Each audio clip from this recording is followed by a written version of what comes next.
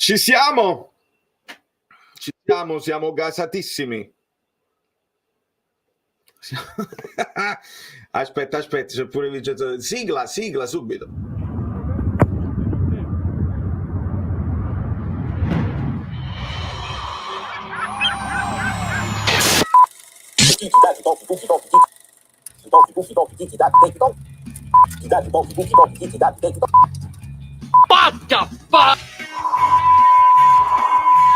Partire nessuno. Sicuro? Sono sicuro.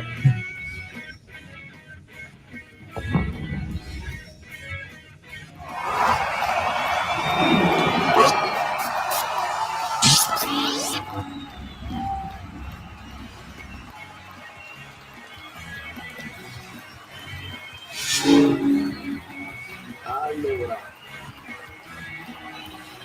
eccoci qua. È stata lunga, parliamo subito, però prima di parlare c'è il nuovo tacchino, che è trasparente, è una cosa spettacolare.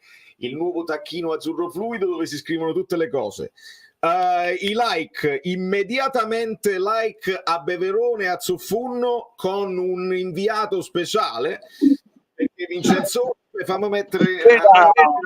Ciao. Aspetta. Vincenzo direttamente da Piazza Plebiscito. Ci sono molte persone, però secondo me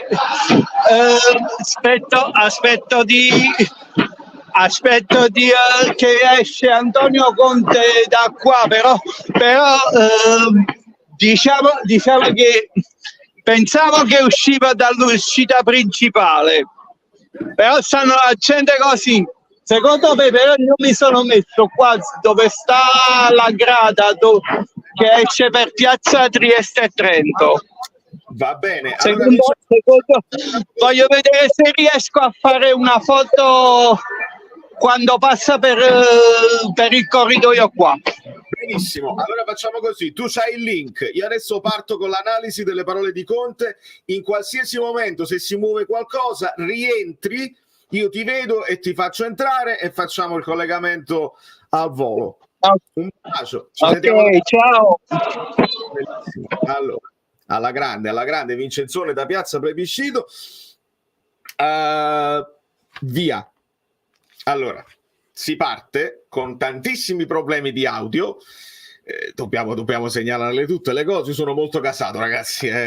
Diciamo subito la sensazione prima di andare alle parole di Antonio Conte, che veramente un filo di emozione, dice Antonio Conte, e ci ha messo un po' per sciogliersi, mi è sembrato sentirla la presentazione, tutto l'ambiente intorno, e lui l'ha detto più volte, ha detto è la prima volta in vita mia che mi hanno già dato, i tifosi, l'ambiente già mi ha dato prima che io potessi dare qualcosa a loro, quindi questa è la novità principale per quanto riguarda il mister, che già ha avvertito cosa significa allenare qua. Questa è la prima cosa che ho notato, quindi un filo emozionato anche lui, ed è giusto, siamo umani ed è giusto che sia così, e ci fa piacere anche vedere un po' di emozione.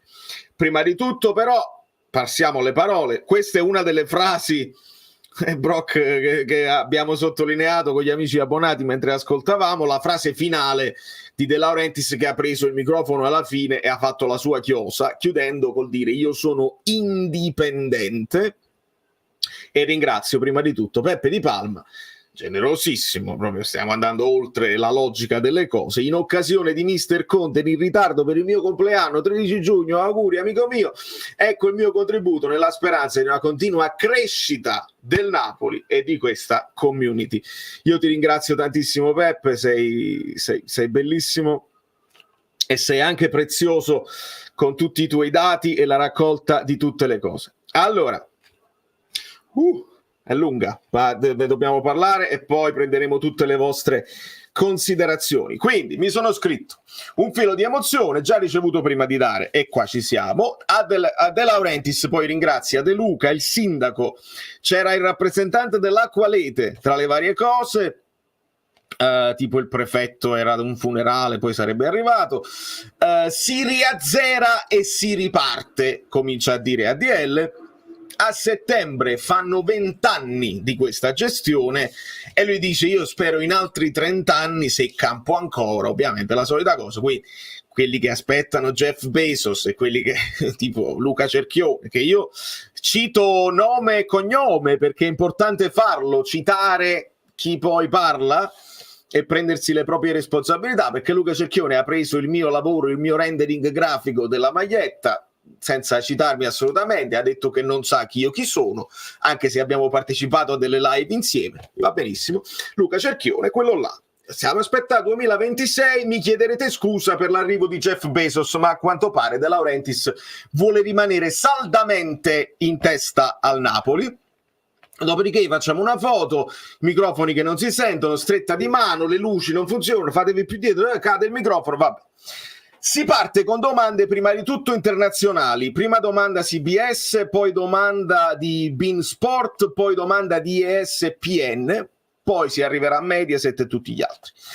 Allora, devo segnalare che purtroppo occasione persa da parte della stampa, perché non hanno fatto altro che chiedergli che promette, ma che qual è la promessa? È la promessa che fa i tifosi, è la promessa che fa De Laurentiis, ma che promesse, che può promettere e che da promette? Che deve promettere Conte? Deve promettere il massimo impegno, che si lotta per occasione persa per dimostrarvi all'altezza di un allenatore di grande spessore. L'avete persa l'occasione e ve l'ha dovuto rinfacciare anche Conte, ma andiamo avanti. Allora, serietà Conte, perché le domande sono banali ma le risposte non sempre lo sono e Conte è stato preciso. Prima di tutto è promesso, perché CBS dice la promette, tanti tifosi nel mondo, cosa promette? La serietà, il dare tutto, la cultura del lavoro, il tifoso deve riconoscersi nella squadra. E questa è una frase importante, è banale ma è importante, perché? Perché quello che noi abbiamo sofferto l'anno scorso è proprio questo, che non ci sentivamo parte della squadra, parte integranti, ci sentivamo abbandonati. Quindi nel calcio esiste la vittoria, esiste la sconfitta, ma non esiste non dare il massimo, e dobbiamo dare più del massimo, il famoso 150% di cui vi parlo sempre, che è condizione fondamentale per andare oltre. E Conte è bravo perché parla delle solite note, le tre, non le dice le tre, ma sono le solite note. Il Napoli deve mettersi al paio, deve mettersi in corso d'opera per praticamente arrivare a lottare con le solite note. Attenzione, sarà molto preciso Conte. Napoli è passionale, come sempre, ma è una città passionale, vabbè, siamo alle solite. Andrò veloce sulle domande inutili. Che faccia avrà questo Napoli? Dai un assist a Conte, la faccia incazzata. Vi interessano giocatori del Sud America? E Conte dice, mi interessano giocatori che siano del Sud America, che siano dell'Africa o dell'Asia. Servono giocatori che ci possono far migliorare, e su questo non abbiamo dubbi. Vediamo se però abbiamo cambiato idea per quanto riguarda i giocatori africani. Quella è una domanda che va fatta più a De Laurentiis che a Conte, ma andiamo avanti. Mediaset, perché Napoli? Cosa l'ha convinta di Napoli? Un po' una domanda, anche un po' dice ma come vai? Ma come ti è venuto in me? Ma perché non Milano? E insomma poi ci arriveremo.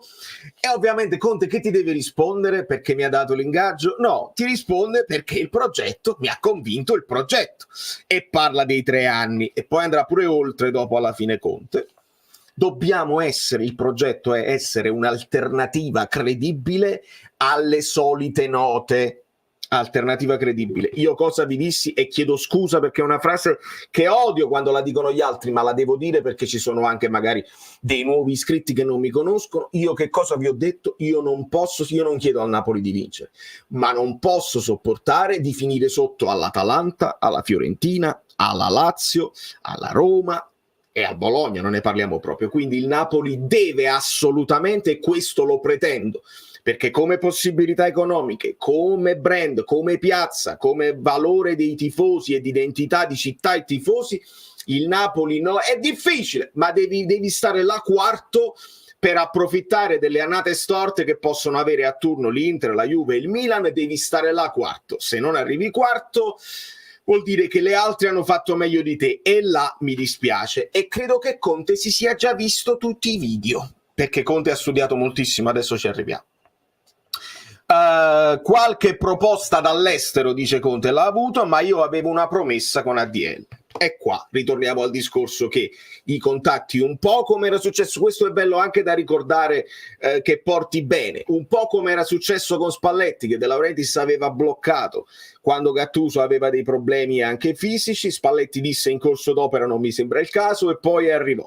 Credo che lo stesso si possa dire di Conte. Evidentemente De Laurentiis ci ha provato nel periodo di Mazzarri, non so se con Calzona. Conte ha detto ci sentiamo dopo, però se mi prometti certe cose possiamo parlare. E mi devo fermare però, perché c'è Kvara che fa una domanda tattica: mister, idealmente il suo Napoli sarà una squadra risultatista o giochista? Ma tutto a posto? Siamo già in modalità strisciati, non siamo risultatisti. Sì, Fabio, ma figurati se non è così. Prima di tutto ti ringrazio sempre, ed è una domanda secondo me posta male, perché poi ti porta a una risposta ovvia. È naturale che tu vuoi vincere sempre, è naturale che però lui ti dice pure quando ho vinto non è che ho giocato male, le mie squadre comunque avevano il migliore attacco, il secondo migliore attacco, comunque una buona difesa, in Italia si vince così e non c'è dubbio, perché figurati se non è così. Quindi andiamo veloci.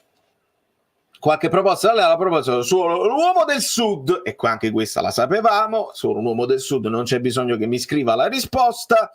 Partirei già domani, dice Conte, non vede l'ora di partire. Chi ha tempo non aspetti tempo.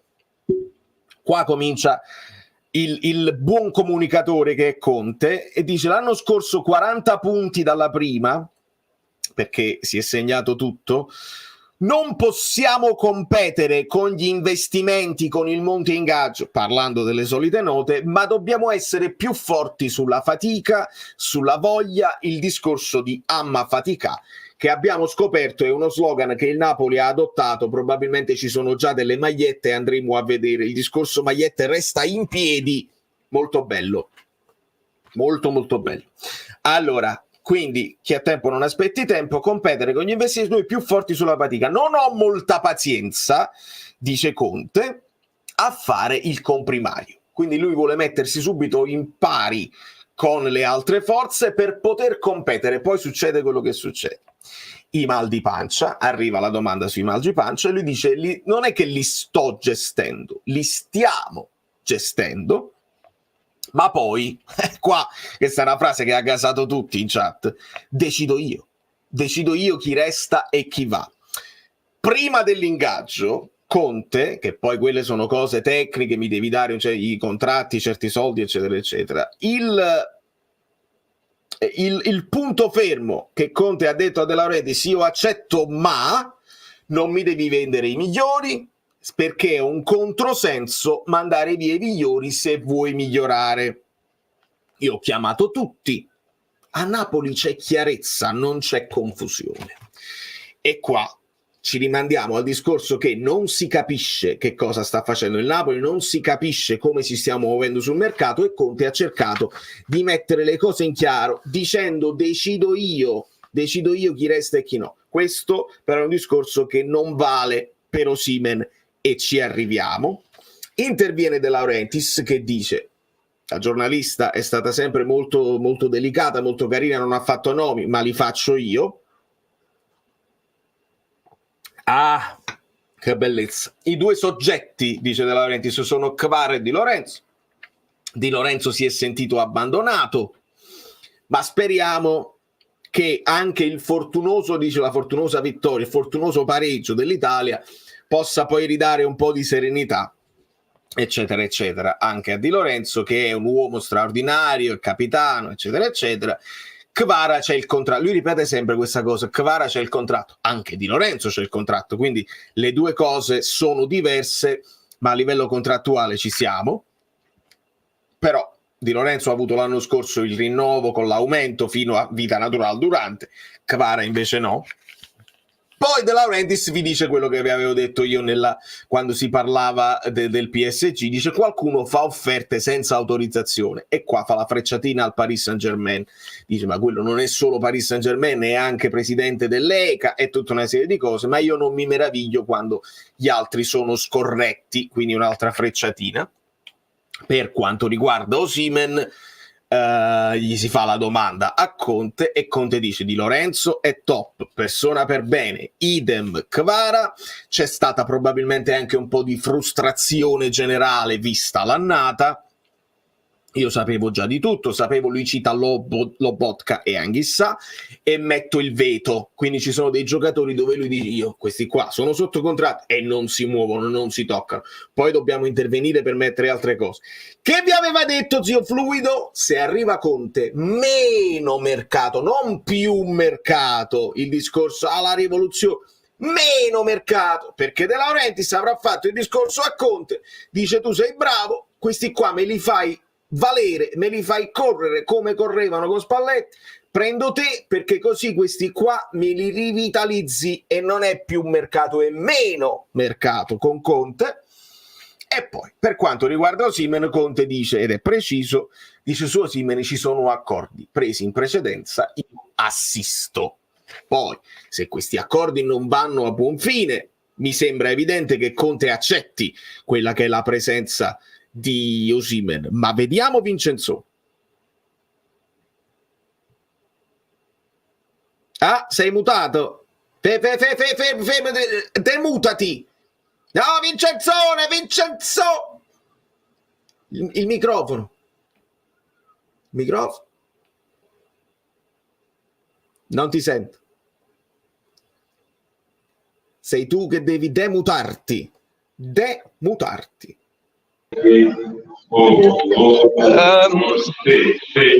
Aspetta, però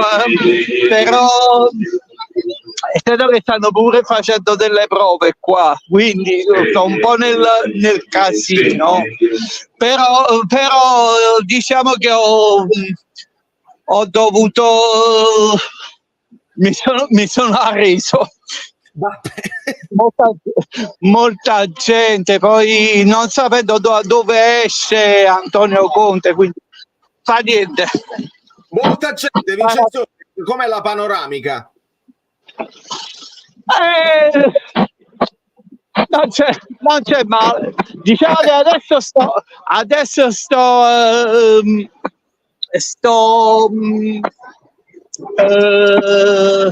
questa piazza Carlo, no, piazza Trieste e Trento, nella seconda uscita, vediamo se esce di là. Spero che esca di là, però che c'è?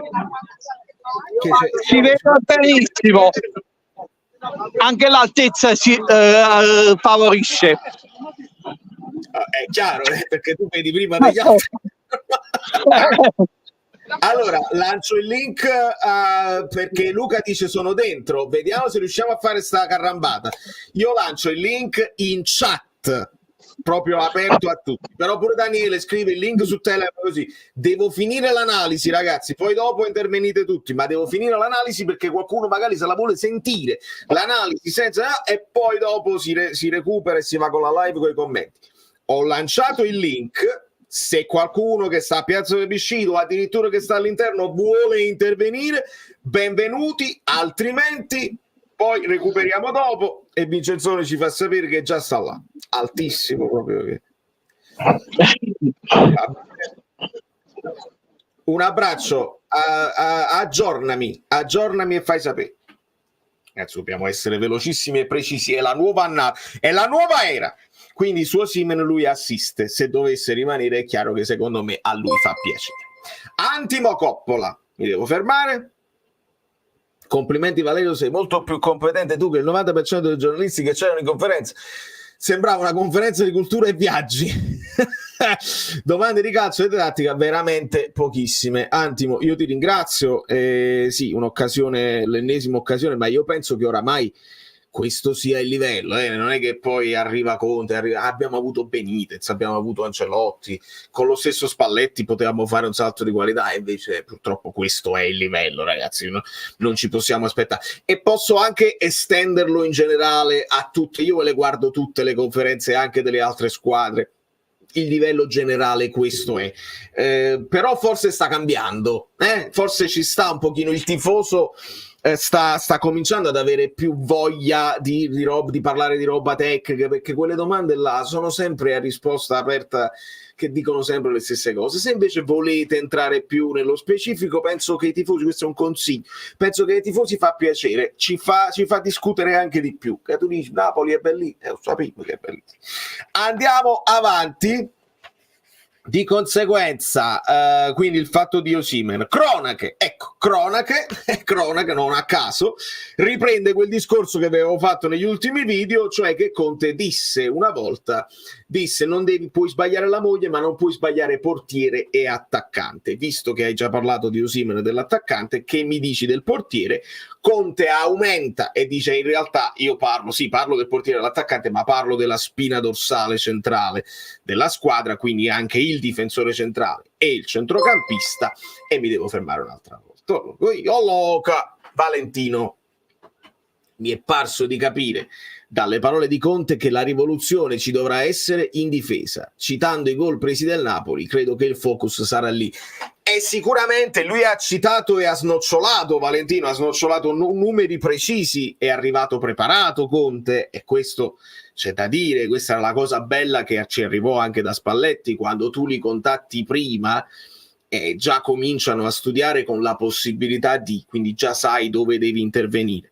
Ovviamente sono numeri davanti a tutti, siamo andati male in difesa ma siamo andati molto male anche in attacco, bisogna migliorare dappertutto, e io ti posso anche rispondere che se vai male in difesa e vai male in attacco è andato molto male il centrocampo, Lobotka che correva da solo, Anghissà che non ha dato con una grande mano, Zielinski che prima c'è poi non c'è, poi lo togli, Traoré che non funziona, Elmas che te lo vedi, insomma è a centrocampo che è successo qualsiasi cosa. Chiaro, in difesa non è andata bene, in attacco si può fare di più, ma Conte penso che abbia le idee belle e chiare, e vediamo se la rivoluzione sarà di mercato o si può intervenire su alcuni punti fermi, perché Conte dice io una delle cose che faccio è che miglioro i giocatori. Vediamo, sarebbe molto importante. Quindi cronache parla del difensore, del centrocampista, cioè Conte ne parla e dice Meret ha grandi potenzialità e ha la mia fiducia, e Caprile io lo seguivo anche nel percorso che ha fatto poi col Bari,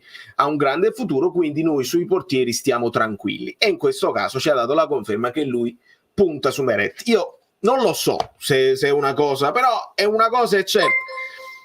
Benvenuto Antonio. Una cosa è certa, poi fiondarsi anche su un portiere titolare, non avere certezze così, dato che il Napoli deve farle delle operazioni in uscita e in entrata, è un'altra cosa che può portare via energie e tempo, e invece se tu bene o male sei contento di Meret, andiamo avanti. Meret non è il problema principale del Napoli, ce ne sono tanti altri, e Meret può funzionare in una squadra che tutta funziona.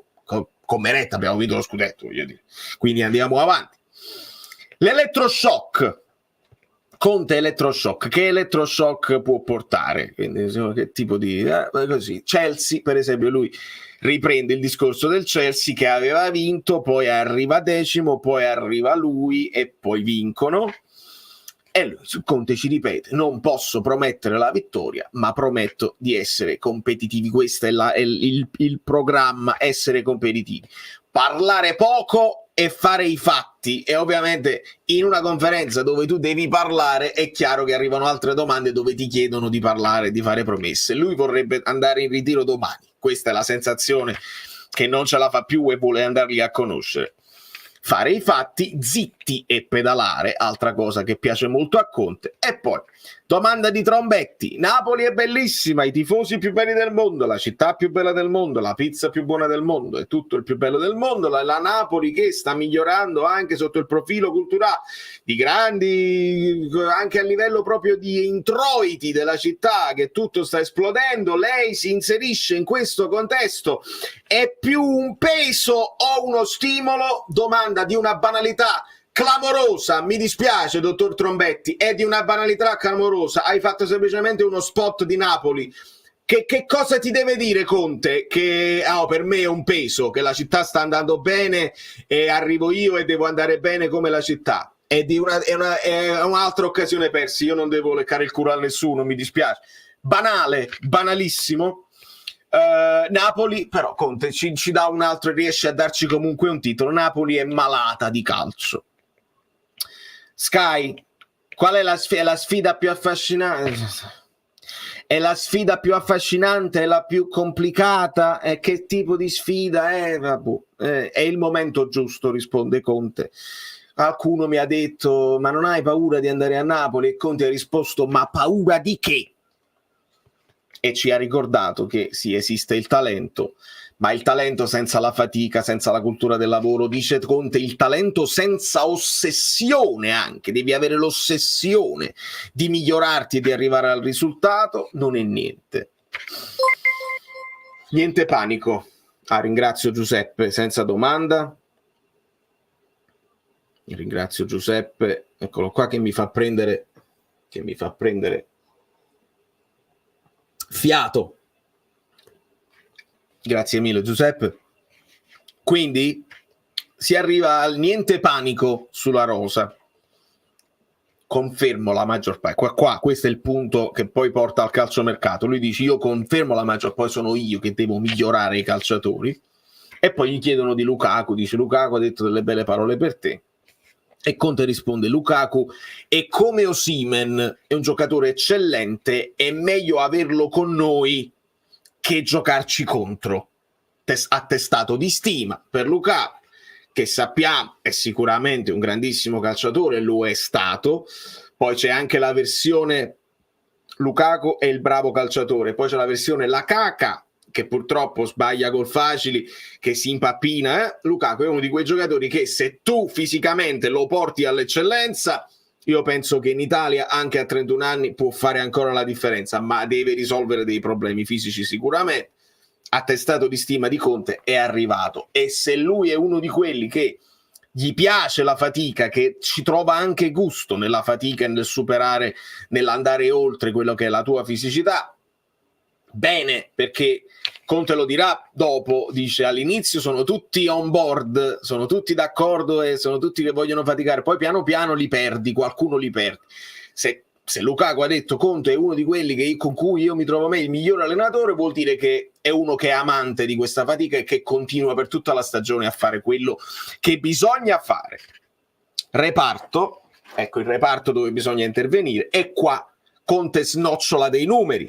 Dice noi abbiamo, subito è bravo che dice noi abbiamo. Questa è una cosa che Spalletti faceva. Penso che l'abbia fatto anche Garcia.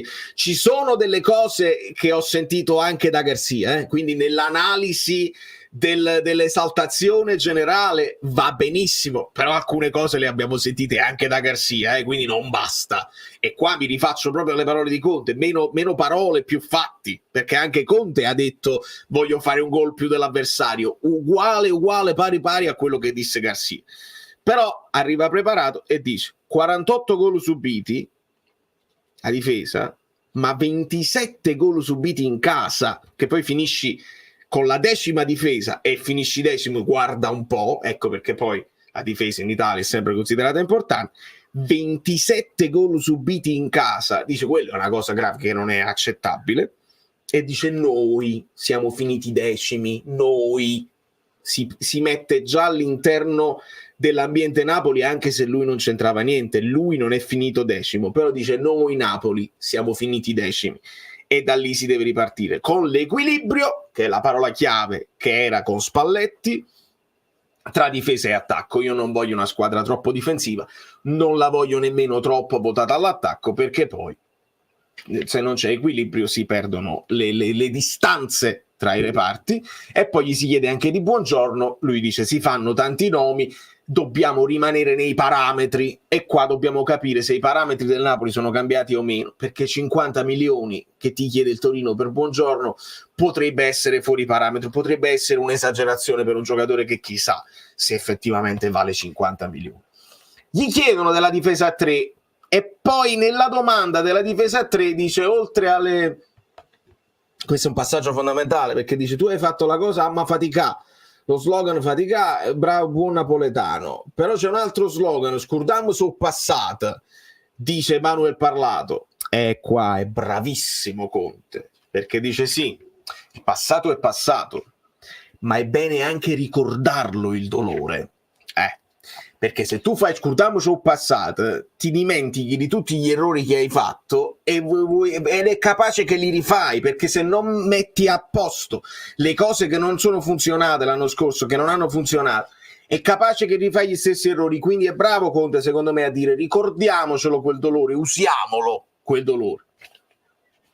Io poi non andrò mai a difesa della mia idea, cioè non metterò mai i giocatori in condizione da seguire per forza la mia idea, devo esaltare le caratteristiche dei calciatori. Di conseguenza non si sbilancia tanto sulla scelta del modulo.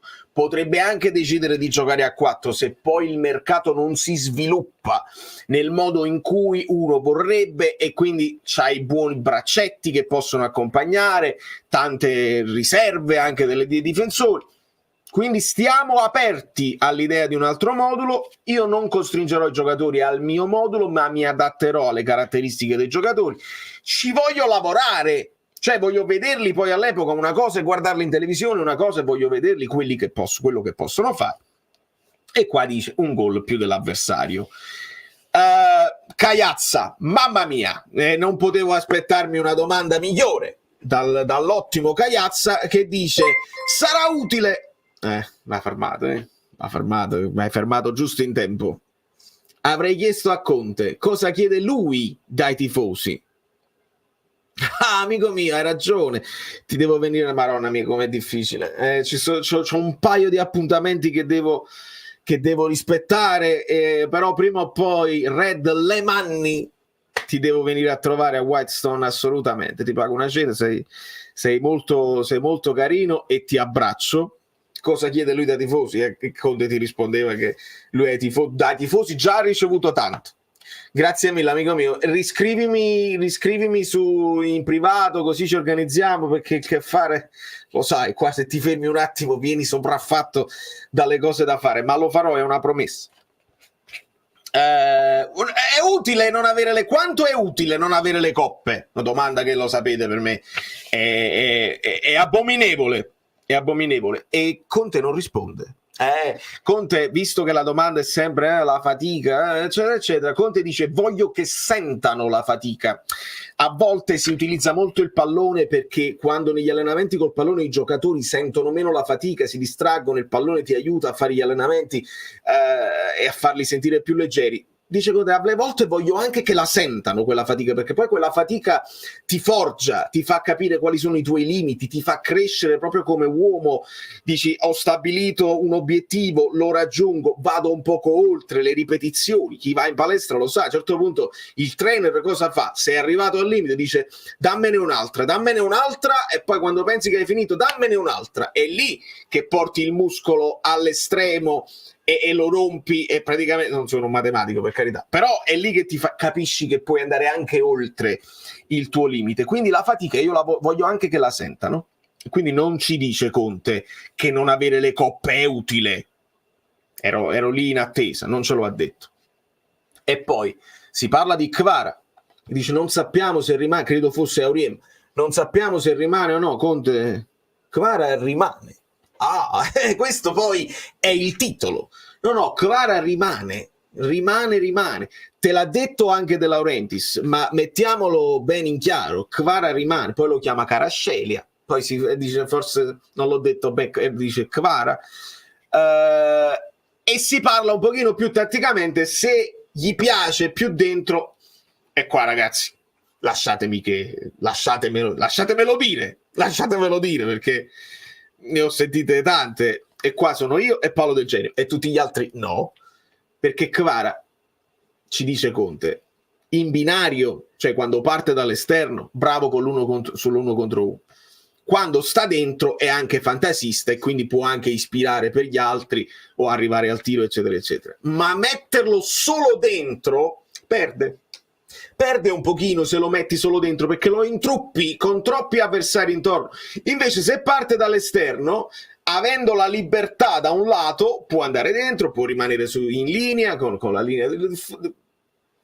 Quindi su questo io sono d'accordo. Quindi Kvara va utilizzato in entrambi i modi, non lo devi per forza intruppare sempre al centro, può partire dall'esterno e accentrarsi, può partire dal centro e allargarsi, Concvara, bisogna metterlo semplicemente in condizione di liberare il suo estro, e su questo non c'è dubbio. E poi cita anche, credo che abbia citato anche, perché Politano non lo so, ma credo che l'abbia citato Politano, Ngonghe e Lindstrom come giocatori che sono bravi nell'1 contro 1 e che possono stare un po' là e un po' là. Per capirci, il 4-3-3, le ali un po' più larghe, il 3-4-2-1, i trequartisti un po' più centrali, che però la differenza è poca. Poi gli chiedono di Ibra, dice Ibra ha detto che Conte è un po' più manager e che questo non era quello che cercava il Milan, e Conte dice sì, io mi sento manager, io voglio avere voce in capitolo, e potrebbe non piacere ad altri, potrebbero non essere convinti gli altri, ma a me sta bene così, essere un manager sta bene. Attenzione, immagini esclusive. Ciao, chi sei?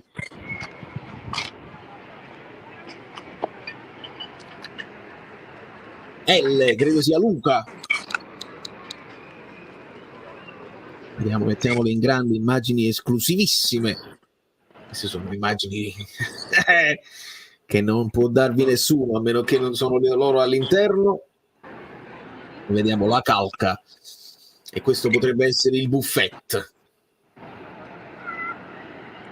Ha citato pure Politano, brava Rossana, sì, allora l'ha detto insieme a tutti i trequartisti. E allora vedi, in silenzio, in incognito, in silenzio, non si può sapere chi è l'amico Bellino, quindi noi lo lasciamo lì con immagini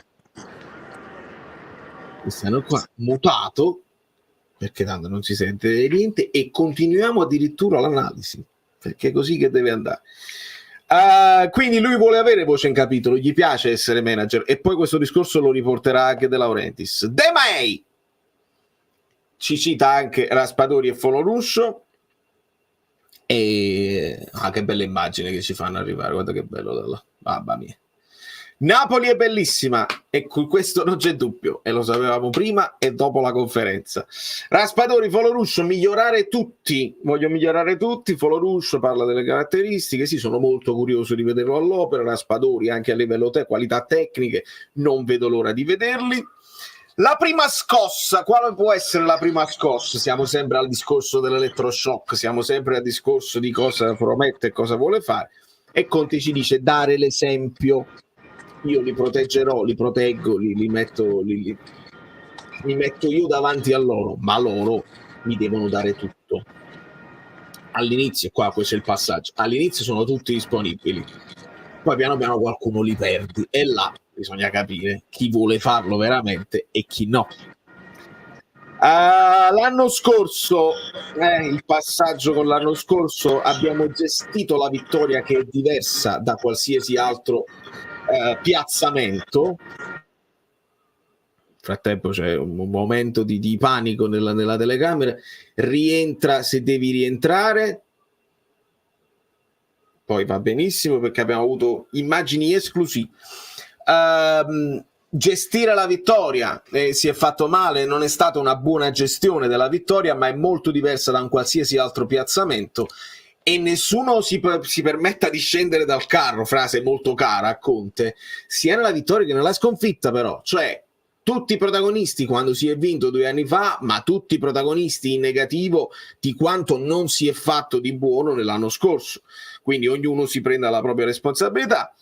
Che messaggi manda? Purtroppo solo questo, sapete che messaggi manda, e Conte deve ribadire non è il momento di parlare, e ci dà una frase bellissima qua Conte, veramente bellissima, perché se siamo partiti con Ancelotti, il pettinare le bambole, quell'altro, lo stesso Garcia, sono venuto per vincere, lui dice non sono venuto per fare la statuina del presepe, e qua è una frase di grande livello, perché subito arriva il personaggio a Napoli, diventa la statuetta da mettere nel presepe. Io non sono venuto per quello, e poi anche aggiunge io sono onoratissimo, figuriamoci. Abbiamo un'immagine ancora più zoomata, immagini esclusivissime, vi potete divertire a fare uno screenshot e a riconoscere tutti. Mastolog, bellissimo. Che spettacolo. Che spettacolo, lasciamolo in sottofondo qua.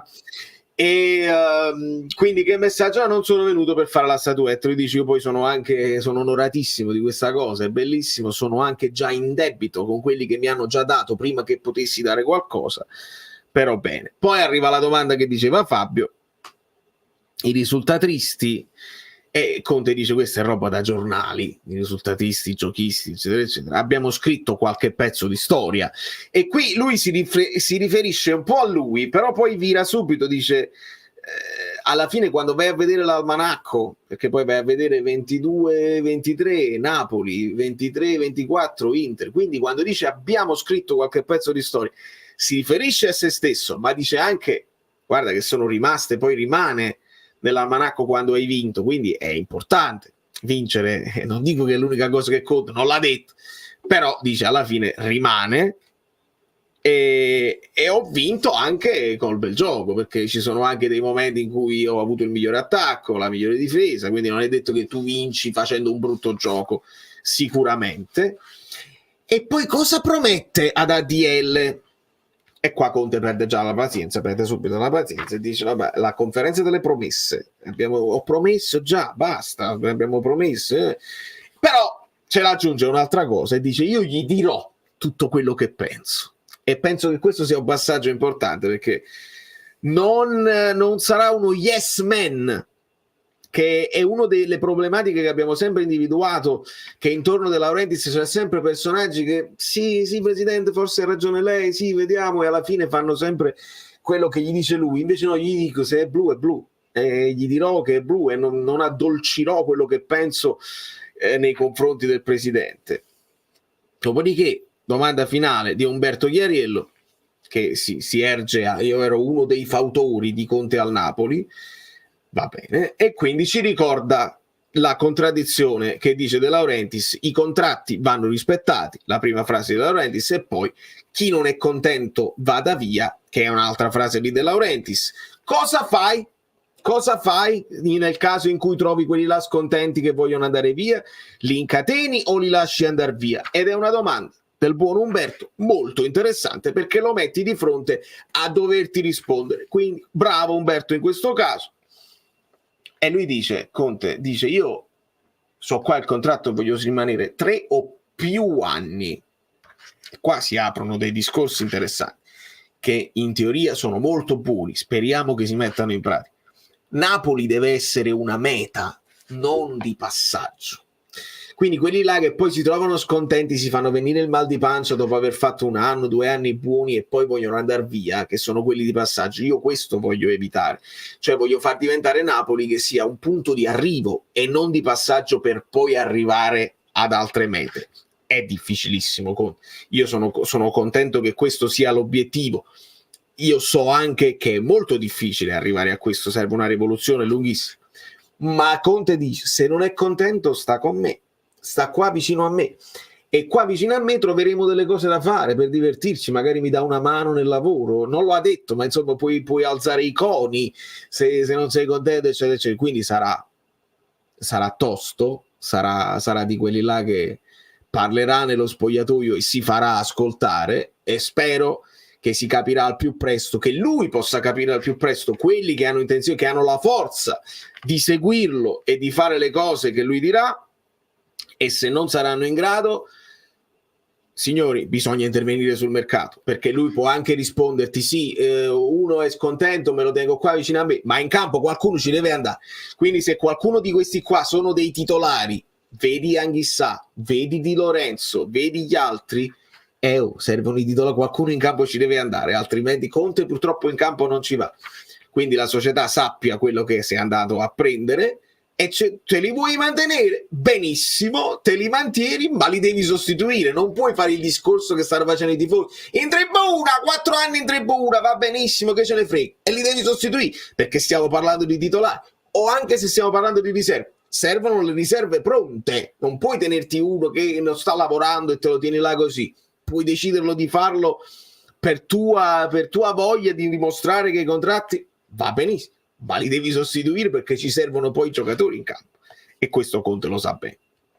ADL poi prende il microfono nel finale, ci cita il Manchester United, ci cita Ferguson, che è il manager, perché il Manchester United era bravissimo, perché c'era Ferguson, manager di grande squadra. Io che faccio impresa e non presa, Conte come manager, perché Conte ha imparato anche a essere manager. E poi sono tutti cedibili, vale sempre. Di Lorenzo è un uomo coi contributi, coi contro, voleva dire forse tra attributi e contro coglioni, vabbè, coi contributi. E poi fa una digressione sul Chelsea, dice quando c'è Marina, poi Abramovic ha fatto un casino sulla posizione del Chelsea dell'epoca, che poi è cambiata più in là, non è cambiata così, ma dice io vi farò divertire per i prossimi 20 anni perché sono indipendente. Ce l'abbiamo fatta. Vincenzo. Dove sei? Aspetta.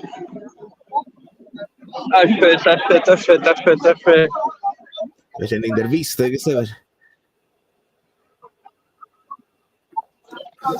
Pronto? Ciao a tutti. Aspetta ancora. Ciao. Vedo. Aspetta, come facciamo? Ciao Conantes. Ciao Valerio. Ero venuto, visto che stavi qua, c'è la ricezione della diretta e ti seguo da tempo ormai.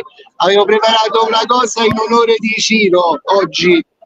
Non so se lo riesci a leggere, se i tuoi amici riescono a leggerlo. Chi ha detto che d'amore non si muore? Chi ha detto che d'amore non si muore? Firmato Ciro.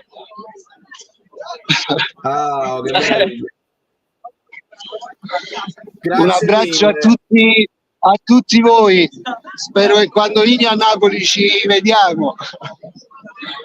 Un saluto. Sarà mia premura. Un abbraccione gigante, grazie. Ciao, ti saluterò a presto. Ciao. In diretta. Ciao. Grazie Vincenzore anche per quest'altro contributo. E mentre noi veniamo sempre immagini esclusivissime da Palazzo Reale, è il momento di ricevere anche i vostri commenti al riguardo. Qualcosa me lo posso essere perso, vedete che è tutto futuribile, è tutto trasparente, e vediamo cosa ne pensate voi. I like, perché definire giornalisti e professionisti, comportamenti alcuni può non piacere è denigratorio. Ecco, bravo Enzo. Giornalai è denigratorio, tra l'altro non è nemmeno, perché poi poverini giornalai che fanno un lavoro, anche utilizzare la parola giornalai in senso dispregiativo, quello è l'edicolante, no? Il giornalai è un lavoro che a me piaceva tantissimo, perché poi l'odore della carta, stare lì, stai in mezzo alla strada ma sei al coperto, a me mi è sempre piaciuto l'edicolante.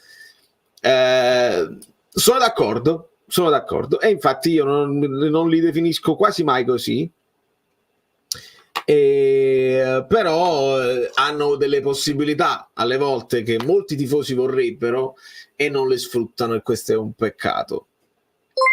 Assiste, ha detto Sosimen, esatto, io assisto.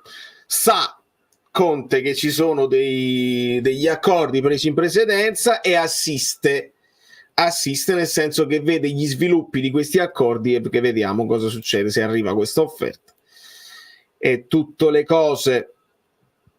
Giorgio Mele, vincere è l'unica cosa che Conte, e io ringrazio Giorgio e ho ribaltato questa cosa dicendo crescere è l'unica cosa che conta. Io spero che Conte possa fare proprio questo. A margine, nota a margine, nella fotografia sul palco del teatro abbiamo visto Manna, abbiamo visto Edo De Laurentiis, abbiamo visto Conte, De Laurentiis e Chiavelli. Non abbiamo visto Oriali.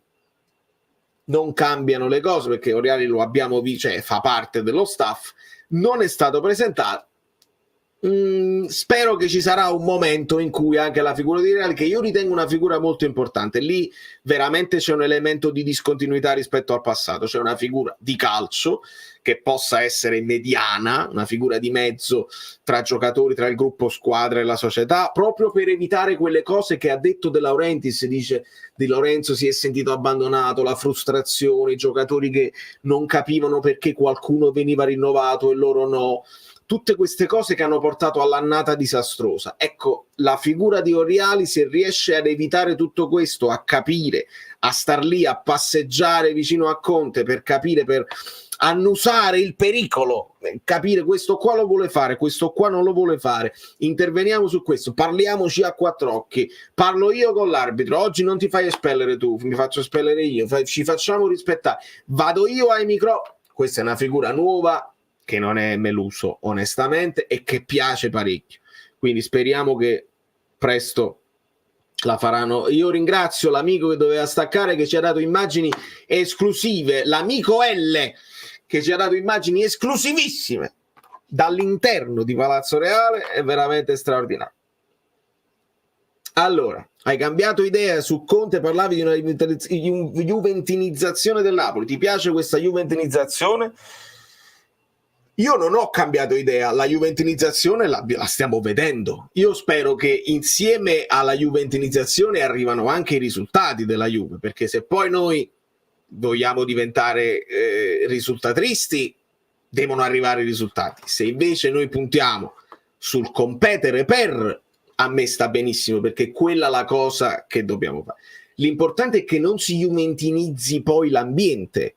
Ecco perché io faccio la distinzione, ecco perché io a Conte non chiedo di vincere, specialmente non il primo anno. Adesso arrivo da Virgilio, ma gli chiedo esattamente quello di cui lui ha parlato. Ci sono le solite note che noi dobbiamo andare a dar fastidio, dobbiamo metterci lì a dar fastidio alle solite note, che sono quelle tre, che hanno un discorso politico di possibilità di ingaggi, di fatturato diverso dalle nostre. Se noi riusciamo a metterci dietro la Lazio, la cosa, a me va benissimo. Speriamo che però l'ambiente, perché lo sappiamo che sta diventando così, che sta diventando un po' tutto più sclerotico, e se non funziona, se non si vince subito, Conte ha detto ma faticare, ascoltiamolo Conte, dobbiamo faticare, quindi c'è da lavorare. Speriamo che l'ambiente non sia sclerotico e che non alla prima sconfitta dice ma non hai vinto quindi non sei buono, perché il Conte out, signori, è dietro l'angolo sempre, e se cominciano le cose a non andare come devono andare, uscirà gente che dirà oh loco, io Juventino che ti aspettavi, perché io li conosco i miei polli. Quindi io predicherò prudenza, predicherò calma e aspetterò di vedere la crescita, perché tanto abbiamo un percorso da fare. Lui l'ha ripetuto, si parte da zero, ma ci sono 40 punti da recuperare e si parte da quello. Quindi visto che non ci sarà una rivoluzione vera e propria della rosa, tu c'hai un gruppo squadra più o meno, alcuni di quelli là dove si era fatto molto bene, alcuni che hanno fatto molto male, azzerare tutto e ripartire, come diceva Virgilio. Dove sta? Azzerare, reset e via, esattamente. E un abbraccio a Virgilio immediatamente. Avrei voluto sentire di più, anche un po' di più ma non abbiamo sentito proprio.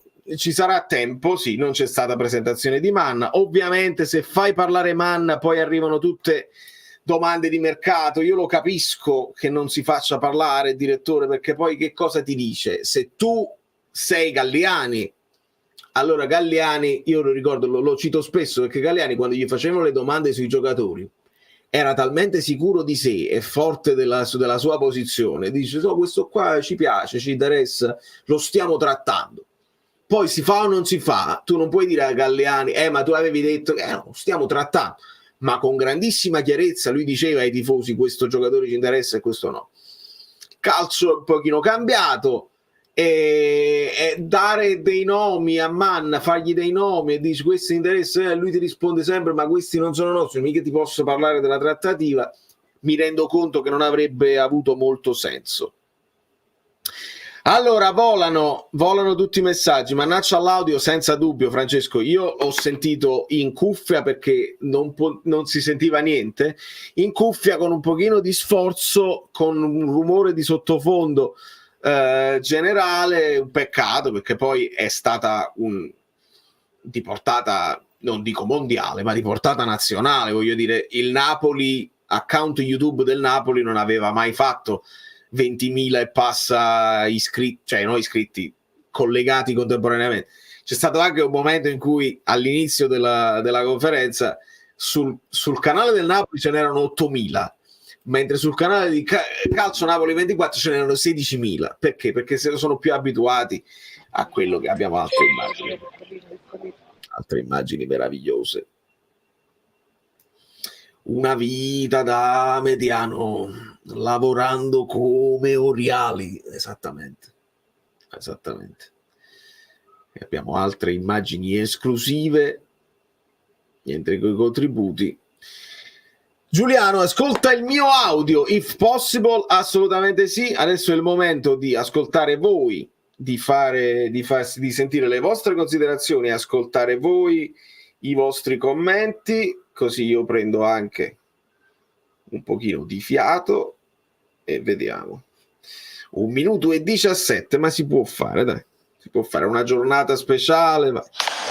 Allora Vale, un commento veramente molto breve. A me è piaciuto tutto quello che è stato detto e mi è così piaciuto che quasi non ci credo.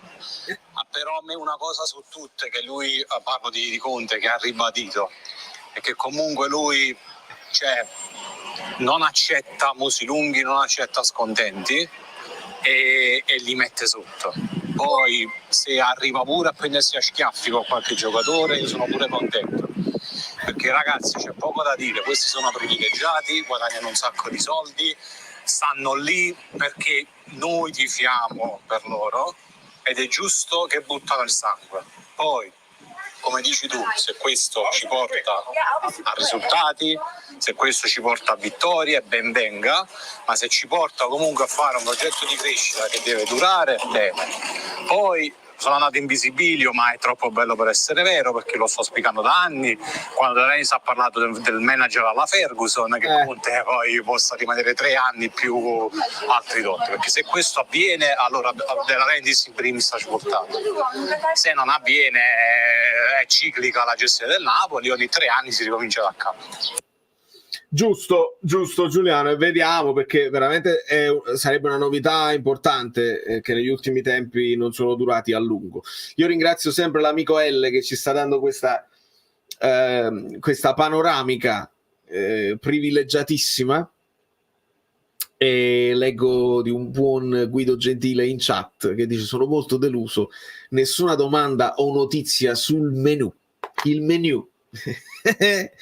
E quindi, ma può essere che se le stanno adesso scambiando le domande sul menù. Nel frattempo dovevo ringraziare anche Daniele, l'abbiamo ringraziato, Giuliano l'abbiamo ringraziato, Francesco da Miami Azzurra, portiamoci il dolore dentro, la frase più bella, senza dubbio sono d'accordo. Ma Aurelio, in silenzio ne vogliamo parlare. Secondo me questa conferenza stampa ha dimostrato, ha capito i suoi errori. Sì, vabbè, questa era proprio la conferenza di Conte. Lui è stato, comunque ha voluto, io la leggo sempre, forse la leggo sempre al contrario, conferenza di Conte, comunque lui è stato lì, sempre presente.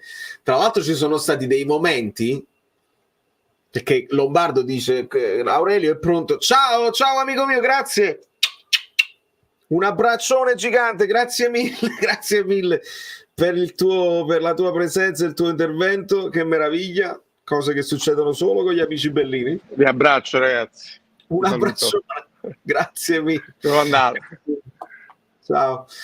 E bene, però c'è stato un momento, vediamo se riesco a trovare, che mi sono fatto un paio di screenshot, penso che questo fosse per esempio questo è il momento, c'è un sorriso un po' beffardo, non so quale momento, di quale frase e di quale domanda si trattasse. Comunque la sua presenza se l'è ritagliata anche senza intervenire. Poi ha preso il microfono alla fine, in un paio di punti ha preso il microfono.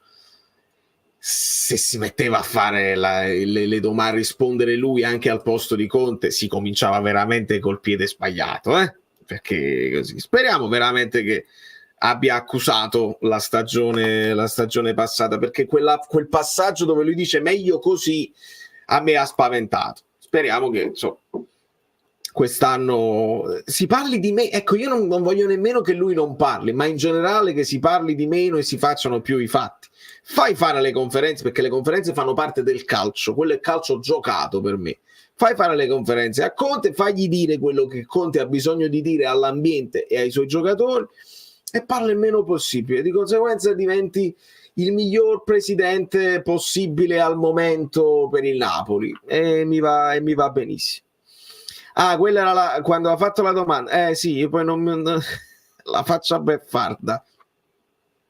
La faccia beffarda era rugby pare con De May, però. Sì, Ciro, allora sì, ho visto c'è stato un è vero. Ha fatto anche il primo piano. Verissimo Luca. Sì, per quanto riguarda la maglia c'è stato un leak, il primo leak diciamo più pesante, e ci siamo, sembra proprio quelle cose lì, un misto tra quelle che erano i rumors che avevo sentito e che poi sono stati confermati. Dobbiamo capire per quanto riguarda Coca-Cola. Io vi ho detto Coca-Cola che era un rumor che non è, io non so niente, io leggo i rumor e analizzo se questo mi sembra plausibile o no. Se Coca-Cola viene messo al posto di eBay sulla manica, questo ve lo dico io, l'ho scritto su Twix e non lo ha detto nessuno, mi aspetto che Coca-Cola possa essere anche sponsor main sulle maglie d'allenamento, come l'Argentina, perché l'Argentina sulle maglie, cioè l'Argentina non hanno, le squadre nazionali non hanno gli sponsor sulla maglia, ma sull'allenamento sì. È là, shut up and take my money, perché l'importanza di uno sponsor si avverte sulla maglia e ti dà una sensazione di brand più importante. E Coca-Cola è un brand internazionale che piaccia o meno funziona anche a livello visivo, quindi aspettiamo di avere nuove cose, però il nuovo logo, quello là stilizzato, diciamo vuoto, non pieno a gradiente, le strisce bianche di lato, molto semplice. Dobbiamo capire però la tonalità dell'azzurro, perché dai leak, dalle immagini non si capisce. Io non vedo l'ora di vederla, perché la maglia è un momento proprio della stagione che ti apre alla nuova stagione, quindi io non vedo l'ora. Sì, molti primi piani ci può stare. È un riassunto, amica mia, è un'ora che sto parlando di me. No, te la devi recuperare. Gazzella, non è vero, non era improvviso a tradimento. Ti sei perso, io ho fatto proprio la pre-live, l'ho annunciata ieri. Tu eri però impegnatissimo sul gruppo degli abbonati a farci giocare e a farci divertire con i tuoi sondaggi. Sì, un abbraccione, grazie amico mio. È vero che rumors significa pettegolezzi, se confermi, ecco perché non darci mai retta. Sì, rumors only grows, rumors only grow. I rumori, i pettegolezzi, il chiacchiericcio, no? I rumori aumentano, si passano di orecchio in orecchio, eccetera. Se confermi, ecco perché non darci mai retta. Sì, però alle volte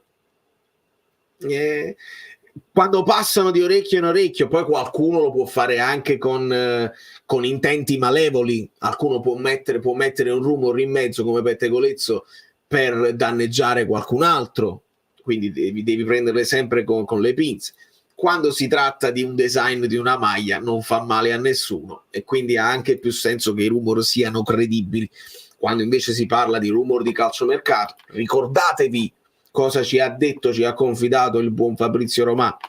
Alle volte i giocatori stessi glielo hanno chiamato, dice fai uscire questa cosa così l'altra squadra che è effettivamente interessata gli metti un pochino di pepe dietro al sedere e partono con l'offerta. una cosa non vera, la fai girare, hai un potere mediatico, di conseguenza si parla di me, il mio nome gira, lo abbiamo sentito.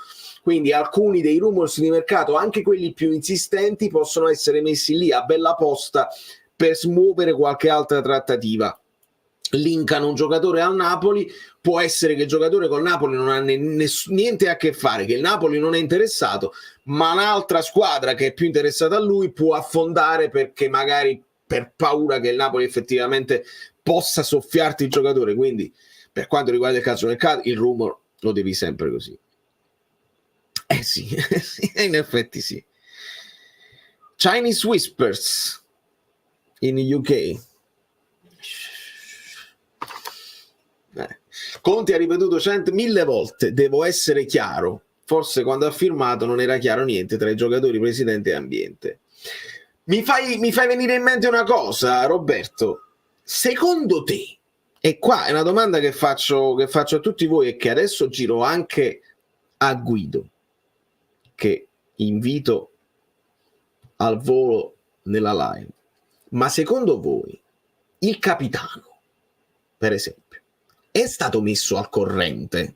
Guarda, sto contattando Conte, non dico che ne pensi perché il capitano magari non ha voce in capitolo, ma era al corrente di tutte le cose, che questo potrebbe essere un passaggio fondamentale. Vediamo se può intervenire, perché magari non può intervenire ed era solamente passato in chat. Io ci provo, poi se non ci riesco, ma io ci provo. E secondo voi avevano detto a Di Lorenzo: guarda, stiamo prendendo a Conte? Potrebbe essere una domanda interessante per capire. Quando ha firmato non era chiaro niente tra i giocatori, presidenti e ambiente. Le voci saranno girate sicuramente. Vivi, già lo amo. Radio Centrale ha fatto un primo piano di ADL quando è intervenuto De Masi. Pronti a una stagione che ci farà divertire. Peccato non essere arrivati nelle coppe, ma non ce lo meritavamo. Detto questo, forza Napoli e vediamo cosa ci porta il calcio mercato. Come when? Adesso, Guido, adesso, se puoi venire adesso, così andiamo subito a bomba. Now. È tutto al volo, ragazzi, è tutto al volo. Discorso di Lorenzo. Conte mi è sembrato abbastanza chiaro con le sue parole. Chi ne uscirà male da questa vicenda è Di Lorenzo stesso, che dovrà riconquistare la fiducia. Roberto, mi sembra una riflessione giusta, anche perché poi al tifoso tu come lo tranquillizzi se Di Lorenzo sbaglia uno stop e regala un fallo laterale? E purtroppo lo abbiamo visto con le partite di nazionale. Io penso che le più grandi critiche di Lorenzo le abbia ricevute direttamente dai tifosi del Napoli in questi giorni. Purtroppo si è creata questa cosa, e se si crea la spaccatura, se tu fai parlare il tuo procuratore in maniera così netta, e sappiamo che questo procuratore è molto divisivo, era una cosa da evitare. Poi devi fare una bella conferenza davanti a tutti, no? Non avete capito male, qualcuno ci crede, qualcuno no, ma nel frattempo la piccola crepa si è creata. Noi potevamo semplicemente chiedere a Di Lorenzo: hai fatto una stagione molto al di sotto delle tue prestazioni, vedi se con Conte riesci a migliorare e sei titolare tranquillamente. Ma se alla stagione al di sotto ci aggiungi anche la voglia di andare via e di cambiare aria, quando poi il tuo procuratore ha detto chi se ne va dopo un'annata del genere, vigliacco, e l'ha detto lui, quindi si è creata la spaccatura, non è il massimo. Poi ripeto, queste sono anche schermaglie comunicative che possono dire: questi rimangono tutti, non sono sul mercato, nel senso che non sono a buon mercato. Però De Laurentiis l'ha ribadito un'altra volta: il tutti cedibili vale sempre, semplicemente devono essere alle condizioni nostre, cioè deve essere un vantaggio per chi se ne va, per chi compra e soprattutto per il Napoli che detiene il cartellino. Se riesci a fare in modo che ti arriva un'offerta interessante e li sostituisci bene, vai, ben venga, cioè, speriamo magari di migliorare, perché Conte dice sempre: migliorare il mercato, non dobbiamo farci prendere dal panico che li dobbiamo cacciare tutti, ma li dobbiamo migliorare, la squadra deve migliorare, 40 punti dietro e non c'è dubbio. Allora, Roberto già l'ho preso. Giorgio, comunque Conte dice il mercato è roba sua e che Kvara rimane. ADL alla fine elogia Conte dicendo che è aziendalista, aggiungendo a Chiarello che nessuno è incedibile. Chiarissimo, un po' tutto, esatto, un po' tutte le cose. La cosa poco tollerabile non è tanto l'insofferenza in sé di Dilo, ma le mire juventine ad essa collegata. Io non sono tanto, io più che altro non voglio rinforzare una competitor, ma a me mi fa, io, cioè, dopo aver visto Higuain, mi cambia poco, mi fa lo stesso tipo di fastidio alla Juve, all'Inter o al Milan, nel senso rinforzi una che ti arriva davanti e che a livello di terzini destri non stanno messi bene, perché la Juve ha proprio bisogno di terzino destro perché lì non sono fortissimi. Al Milan farebbe comodissimo, l'Inter sta pensando di togliersi Dumfries e quindi anche lì sulla destra è un possibile acquisto, vuol dire che lì stai rinforzando una tua competitor, questo che non mi piace più che il fatto Vincenzo. Aspetta che voglio, aspettate un attimo, eccolo qua. Ti metto in grado.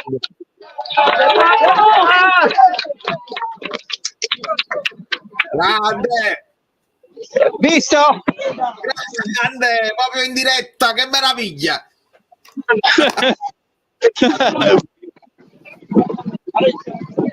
Eccolo, vediamo se esce anche Conte. Aspetta, Quindi chi era in macchina? Era DL? sì, era dietro. Ok. Aspetta, Dietro c'erano i vetri fumei, per cui non sappiamo se Conte stava in macchina col presidente o meno. In macchina con lui, è chiaro, Non è chiaro. sono ancora arrivato, quindi non ti so dire. non lo sappiamo se è venuto, se stava anche Conte oppure c'è un'altra macchina. Vabbè, a volo. È stato perfetto, un grandissimo tempismo. Vincenzo le nostre.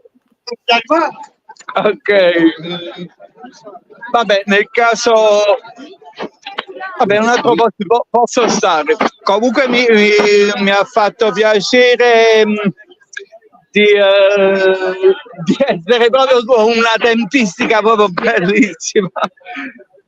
Inviato da Sara. Eccolo, giornalista d'assalto, un freelance. Grandissimo Vincenzo. Ciao. Vabbè, troppo bello, io poi mi emoziono e finisco di fare. Allora, non ha portato il dollaro. Fine presidenzialismo evidente, chiude da fenomeno le conferenze. Il fatto che gli lasciano sempre la chiusura, anche questo è un segnale. Un abbraccio da tutti gli amici e andiamo a leggere altri commenti. Nel frattempo io ho lanciato, vediamo se Guido ci sta oppure no. Possiamo intervenire, possiamo aprire tranquillamente a tutti gli amici che possano dire la loro. Lo lancio nel gruppo, nel canale Telegram, perché il canale Telegram è aperto a tutti, mentre il gruppo Telegram è aperto agli abbonati. Ho notato che gli abbonati alcuni sono anche timidi e non si fanno vedere, poi piano piano li vedremo tutti, ma anche di quelli che sono nel canale Telegram non tutti riescono, non tutti hanno voglia, magari qualcuno ha voglia semplicemente di ascoltare, ed è pure giusto, alla grande. Grazie a tutti, inviato speciale di elezioni. Che bello vedere un tifoso del Napoli così felice, da un po' che non li vedevo così. Esatto, Simone, ci serviva un pochino di entusiasmo e Conte sicuramente l'ha portato. E questa è una cosa, anche questa è una cosa nuova. Ecco, se Conte diceva io per la prima volta ho ricevuto prima ancora di dare, perché ha ricevuto affetto sicuramente, e vediamo un intervento. Simone. Ciao, appena mi ha fatto io il messaggio, mi ha mandato il messaggio. Grazie che mi hai fatto entrare. Grande Simone, benvenuto. C'è anche Nicola.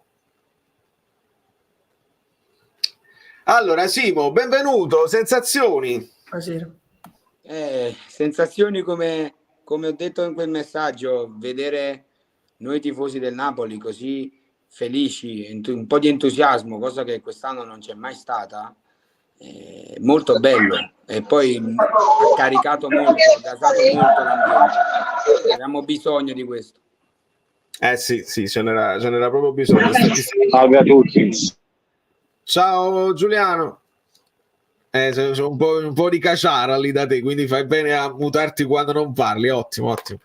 Proprio così, questa è una grande novità, nel senso che anche con Garcia eravamo nel dubbio, non sapevamo, avevamo dato un pochino a prescindere di credito perché venivamo dall'annata. Spalletti quando arrivò qualcuno era contento, qualcuno meno. Qua c'è quasi un'amalgama generale per quanto riguarda l'arrivo di Conte, e spero che possa essere confermata subito da un inizio scoppiettante. Nicola. Sì, ciao Ale, grazie sempre di nuovo per questa occasione. No, ma infatti... Palesemente gemelli, in effetti mi somigliate. No, stavo dicendo che non so se avete notato le primissime domande fatte a Conte, lui era un pochino sulla difensiva. Secondo me lui ha avvertito fortemente tutta questa ondata, perché voi vi ricordate quando appena fu annunciato l'inizio a ricondividere qualsiasi cosa? È ovvio che lui si ciba sempre dell'affetto del tifoso. Comunque io anche quello che ho detto nel vocale, io quando la live è finita la prima cosa che ho pensato è, cioè, ma questo che ci fa qua? Cioè, che c'è con noi? Nel senso, anche un po' dandomi le martellate addosso, perché con Garcia era stato un pochino diverso, perché Garcia negli anni precedenti con le altre squadre il suo cavallo di battaglia è sempre stata la chiarezza comunicativa. Però Garcia si vedeva subito che c'era qualcosa che non andava. Io che ho tanti amici tifosi della Roma, mi sono visto delle cose anche a Lione, era proprio un altro registro. Invece Conte ha immediatamente smentito tutti quei ronzii che avevamo prima di oggi, capito? Anche dire con tanta chiarezza ci sono degli scontenti, mettetevi vicino a me e prepariamo la partita insieme. Poi vabbè, è ovvio che magari non può andare tutto sempre come dice Conte, magari lo dice, però anche il messaggio, cioè, ma voi veramente pensate di prendere per il culo? Cioè, non è... Capito? Ho visto una decisione, una voglia subito di mettersi al lavoro. Quando le ha detto io a Di Mano andrei domani, io ci ho creduto. Mi è dispiaciuto solo che non sono state fatte tantissime domande, anzi una, sui sistemi di gioco, e soprattutto andare ad approfondire dei calciatori che con entrambi i sistemi di gioco sarebbero stati molto interessanti. Penso a Raspadori, a Foloruncio, a Gaetano, che una delle poche cose buone che ha detto Chiarillo a TV Play, che Gaetano ha giocato sia in un centrocampo a 2 che in un centrocampo a 3, quindi anche a capire, e invece ci si è persi sempre nelle promesse che ti deve promettere quella, la conferenza di presentazione. Mi taccio, Giuliano. Sicuramente Di Maro le prime Giuliano. Raga, non so se sentite un po' di vento perché ho appena finito di lavorare, sto in Inghilterra, vabbè, comunque. Si sente. Ok, allora, d'accordissimo con quello che ha detto. Io mi sono emozionato quando lui ha parlato di 3 anni più, infatti l'ho detto anche prima a Valerio, che grazie di aver ascoltato, perché ragazzi fondamentalmente lo sto dicendo da anni, allora, che Conte ce la metterà tutta, che Conte darà un metodo di lavoro, una certa mentalità, i giocatori si sentiranno parte in causa di un qualcosa più grande di loro, quindi ci metteranno tutto l'impegno, però quando ha parlato di vorrei un Napoli che non sia più di passaggio, un luogo di passaggio, ma una meta, non mi do freddo addosso. E poi vedendo pure che De Laurentiis, che non aveva applaudito prima, se non erro, fare là a applaudire, mi sono, tra virgolette, un po' emozionato. Ora, io sono molto molto diviso in questo momento, perché a Conte lo credo, perché lui ha sempre fatto i fatti. L'abbiamo, tra virgolette, calcisticamente odiato in passato, perché il Juventino di nascita e morirà Juventino. Però che De Laurentiis fa il classico paraculo e mette manifesti per poi a fatti fare poco, onestamente lì mi porto a dire che sono leggermente diviso. Quindi detto questo, io sono un po' come per la cosa di dire meglio che si progetta per 2 anni e poi magari al terzo anno se devi vincere vinci, oppure per non vincere nei primi 3 anni, ragazzi, cioè voglio andare contro corrente, io non voglio vincere, scusate il francesismo e napoletano, però voglio che Conte resti 6 anni, perché se è così è là la discontinuità, ragazzi, è là la cosa di dire vabbè, della Renzi sta capito, vuole fare il progetto, vuole l'allenatore manager, ok, 6 anni più. Poi ragazzi in 6 anni qualcosa la vinci, c'è poco da fare con Conte. Poi ovvio che il calcio è una scienza esatta, però vedendo pure come è nato l'anno scorso, dove a parte l'Inter sono cadute a picco tutta una serie di squadre, Juve, Milan, c'è stato il Bologna, ma il Bologna ragazzi è apparsa e scomparirà. L'Atalanta va bene, ma in realtà sta sempre lì. Non vedo perché il Napoli ogni anno non possa tentare di rompere le scatole alla prima classificata, quando poi l'anno prossimo. Quindi onestamente io sarei per Conte per 6 anni, per 10 anni, non accadrà mai, quindi crediamo alla cosa più reale, che questo al terzo anno vince e se ne va. E De Laurentiis non fa strutture nel frattempo, non fa stadio, e gestisce come ha sempre gestito. Grazie, si rimuta grazie mille Giuliano, e do il benvenuto a Guido Gentile. Ciao Guido. Buonasera amiche bellissimi, buonasera amici bellini, buonasera a tutti i juventini.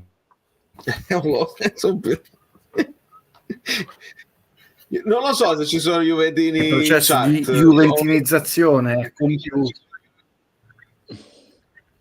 è compiuto. No, ma io non mi riferisco ai juventini di d'antanno, a quelli di giovani, no? Quelli degli ultimi 20 anni. Impressioni, Guido? Beh, la prima impressione è quel video che ti ho mandato, che mi porta molta tristezza. Ci sono 3 filoni di ragionamento. Il primo brevissimo, che però non dimentico e che non tirerò fuori, se mai malaguratamente ci dovesse essere una sorta di rigetto tra questi 2 universi, Conte e Napoli, e che a me non è piaciuto per nulla, ma non parlo a livello personale, Valerio, perché quello non conta niente, parlo a livello ambientale di tutto quello che comporta il prezzo salatissimo che abbiamo pagato, tutto il prima che ha portato Conte a Napoli, perché è stato un lavaggio del cervello pazzesco, il durante e l'immediato, non mi piace per nulla, ma questo non mi piace, e chiudo, primo filone di intervento, non è il mio gusto personale, quello lo sapete sempre che dico non vale nulla, è quello che comporta anche in termini poi di analisi, di oggettività di certe cose, di sgambetti, di cose che sono successe e succederanno. Seconda cosa, mi piace moltissimo, ma lo avevo quasi anticipato anni fa, l'idea di fare queste conferenze, questi appuntamenti, i luoghi simbolici della città, sia perché la città è molto bella, io non parlo della più bella del mondo, perché chi può dire qual è la città più bella del mondo? Però è una città che offre tantissimi scorci meravigliosi, non solo storici, ma sappiamo anche paesaggistici. Quindi invece io questa cosa qui, quando nominavo sempre Capodimonte, un museo che amo particolarmente, l'avete capito, quindi invece l'idea della conferenza al Palazzo Reale mi piace moltissimo. È chiuso il secondo filone di analisi. Il terzo filone di analisi, resto in paziente, signorile e curiosa attesa dello svolgimento della stagione. Conte ha detto quello che ci si aspettava dicesse Conte, nelle modalità linguistiche caratteriali che ci si aspettava usasse Conte. Ha usato anche un'espressione che io avevo anticipato e che tu saggiamente mi hai bloccato, che è quando ha detto può essere anche quella persona che mette benzina sul fuoco per questo ambiente, e lui ha usato proprio questa espressione, ha detto che sarà capace di restituire, amplificare questo entusiasmo, e tu mi dicesti Guido, ma come sappiamo che a Napoli funzionano gli allenatori freddi eccetera. Quindi sulla conferenza stampa io sono normale, mi rendo conto che è il momento dei sogni da parte di tutti i tifosi, tra l'altro ormai di tutti i tifosi juventini, perché avete finito per essere tifosi napoletani. No, su questo punto mi spiace, provo molta tristezza, perché è venuto a mancare l'ultimo elemento, veramente, visto che si sbandiera sempre identitario, ma non mi riferisco a Conte, il fatto che è juventino, io non sono così cretino, gretto, meschino e limitato, ripeto, è tutto quello che ha portato. Ci ho mandato quel video, è così che muore la democrazia, sotto scroscianti applausi, è così che è morto il mondo napoletano, sotto scroscianti applausi, mi spiace. Quindi non è un gusto personale, non è riferito all'uomo, qua non c'entra niente Conte su questa mia analisi, è tutto il mondo napoletano che è morto. Io sono stato il precursore sì, è così che è morto il mondo napoletano, tranne Guido, sotto scroscianti applausi. Quindi Conte ha detto le parole giuste, non molto diverse da quelle che disse Garcia. Garcia disse, mi spiace, qualcuno ha detto, avete visto? Lui l'ha visto giocare, lui disse, io aspetterò a me non farli addormentare, crogerare sugli allori, lo disse.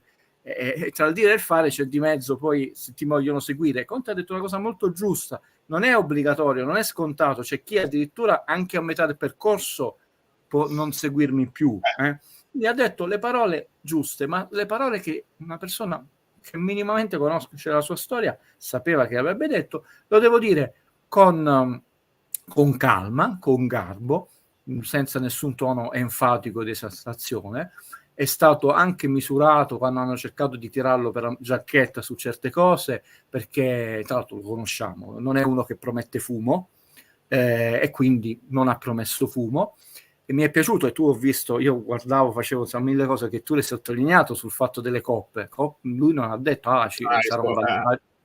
Quindi io sulla conferenza di Conte me l'aspettavo così, è stata così, bene, adesso lo dobbiamo vedere al lavoro. Tra l'altro lui stesso ha detto, ragazzi, siamo molto avanti nell'analisi, nella community di Valerio. Ok, li ho visti in TV, potrebbe dirvi qualunque cosa Conte, però tra vederli in TV e vederli in campo allenati da me ci passa un universo. Quindi detto, primo filone molto male, secondo filone bellissimo, terzo filone è quello che ci aspettavamo, adesso facciamoli lavorare. È chiaro, nel frattempo stanno venendo a prendere, si sentono i rumori del governo. Ringraziavo Giuliano che ha staccato perché c'era molto, molto vento. E ragazzi, vi ho qua Simone, Nick, c'è Guido, se avete una domanda, una considerazione per lui. Vorrei far cominciare prima lui, perché così rivediamo il giro che abbiamo fatto prima. Avevo solo una battutina per Valerio. Certo che a sentire Conte, altro che la Cisciolti di Anghissà, questo sta con gli anfibi chiodati da guerra, inizierebbe domani mattina, che però è il filone comunicativo di Conte, lui è così che fa. Però meglio iniziare bene, non significa niente, ovviamente, non significa che se fai bene la presentazione la stagione andrà in un certo modo, però meglio iniziare in questo modo, è meglio già dare un'idea di dove si vuole andare. Poi vai tu. No, volevo dire, per la gioia di Lombardo ne mancano 99 di conferenze stampa. Una già è andata. Poi volevo dire una cosa su quello che ha detto Nick sul fatto della conferenza, che credo che abbiano notato anche altri, avete notato quasi tutti, il silenzio di De Laurentiis rispetto a quella con Rudy Garcia. Quella con Rudy Garcia è stata una conferenza di presentazione di De Laurentiis e Garcia. Più presente, sì. Io comunque ho notato che la presenza, cioè non c'è comunque solo Conte sul palco, Conte e De Laurentiis. Lui è intervenuto una volta e poi si è preso la parola finale. Io non sono convinto di questa che De Laurentiis si stia facendo da parte così. Lui sta dicendo questa cosa del manager anche per dare soddisfazione a Conte, perché sicuramente gli avrà dato carta bianca per quanto riguarda, tu mi dici quelli che devo mandare via, poi vediamo se si può fare. Però io comunque l'ho visto sul palco, cioè questa cosa non la do per scontata, anzi De Laurentiis ha detto per i prossimi 20 anni se resisto fisicamente sono io che vi devo fare divertire, quindi siamo lì. Guarda, volevo dire, però è ovvio che no, balza agli occhi. però cercate di andare oltre, a parte che Conte è l'allenatore più pagato della storia del Napoli, cioè pagato, mo la cifra ancora, poi alcuni dicono 6,5 più bonus, 8,5, quindi non mi fate dire un'inesattezza, anche perché non avendo un'informazione diretta, chi lo sa? una volta, no? Però sicuramente è pagato la più di base quanto... fissa, Guido, perché Ancelotti prendeva 6 milioni e lui prende 6 milioni e mezzo. No, 4 dicevano Ancelotti. Vabbè, comunque un allenatore pagatissimo, contratto triennale, mai fatti, sempre 1 più 1, 1 più 1, 1 più 1, 2 più 1. Considerate che Conte, tranne la Juventus, è rimasto massimo 2 anni, 1 o 2 anni in una squadra, quindi c'è un'esposizione per il Napoli. Ci fu un articolo che calcolò quanto raddoppiarono, esplosero i costi dell'Inter con l'impatto Conte, eccetera, quindi perché poi diventa a cascata, no? Con eventuali giocatori, quindi calmi. Oggi chiaramente De Laurentiis ha sparato 0 rispetto a quanto noi siamo abituati, può essere New Era, può essere tante cose, è anche un allenatore, era molto atteso, molto pagato, gli ha lasciato la scena, però insomma poi alla fine devi far gol, come ha detto Conte, no? Uno deve trovare un equilibrio, non può essere solo difesa perché poi non vai da nessuna parte, non può essere solo attacco perché poi rischi, quindi poi cioè, oggi godiamoci questa conferenza, io che De Laurentiis di colpo diventi insomma una sorta di Siddhartha muto, bellissimo, saggissimo, eccetera, insomma finché non lo vedo non lo credo, eccetera. Ma non è manco il punto del parlare o non parlare, cioè tutta una serie di, perché tu puoi parlare al momento giusto con le parole giuste e diventi incisivo, e il problema è quando tu sei divisivo, no? Quindi anche lì non è questione. Oggi ovviamente, essendosi esposto poco, ci sono pochissimi elementi di, se no addirittura credo 0, no? O quasi 0 di attrito, no? Per esempio è una delle rarissime volte, non voglio dire l'unica, ma dove non abbiamo sentito parolacce da parte di De Laurentiis. Questo per esempio sì. Vabbè. Nessuno che chiede gli Oriali, ci dice Navajo, e noi l'abbiamo accennato a inizio live che non era presente, comunque non sul palco. La grande novità di Conte di oggi, che io spero sia anche per lui, la speranza di Conte non è quella che stanno dipingendo tutti quelli che Valerio chiama, è che si crei veramente un'osmosi tra un certo tipo di gioco della squadra che non si può snaturare, che non si... e ovviamente questa, e voglio citare le sue parole, questa cultura del lavoro e della vittoria affamata, come detto di Conte. E se queste due cose, queste due anime si sposano, sicuramente alimenteranno l'una l'altra, e non posso dirvi vinceremo, ma saremo una squadra molto scocciante da affrontare se si sposano questi due anni. Però questa è venuti a pasteggiare. Però secondo me Valerio, lui, quel noi che ha usato continuamente, sia riferendosi, gran signore, questo è una grande novità da Conte, a una stagione che, come giustamente hai notato tu, non gli appartiene, lui non ha nessuna responsabilità, ma anche quando parlava della sua gestione tecnica, raramente ha usato l'io, e l'ha usato quando ci sono delle cose che giustamente sono talmente personali che non puoi mettere in mezzo là. Però per la gestione tecnica, allora io credo, anche perché un suo uomo l'ha voluto lui, l'avrà chiesto lui, imposto lui a De Laurentiis, che io metterei in quel noi, riferito al campo, alla gestione del campionato, la gestione, secondo me in quel noi, perché il Conte non ha detto io voglio me, noi no, secondo me ci sono tutti i suoi collaboratori e chi non di meno, ovviamente anche Oriali, quindi questo noi è non so poi se è stato un po' ruffiano, furbo, però vedi, George Clooney è un grande perché fa sempre le battute giuste anche quando lo mettono in difficoltà, allora che sia preparato, che sia un buon abbia un buon addetto stampa. Io ho detto sempre non è un difetto, è un pregio fare la battuta, anche quando sono stati provocatori sulla sua sessualità eccetera. Allora che Conte abbia usato questo no in maniera ruffiana, bravo, perché comunque farà sentire delle persone già molto più vicine al suo mondo, ti crea una vicinanza di senso di appartenenza. D'altronde è uno sport non solo collettivo, uno sport che prima univa molto il calcio, quindi molto bene nel noi.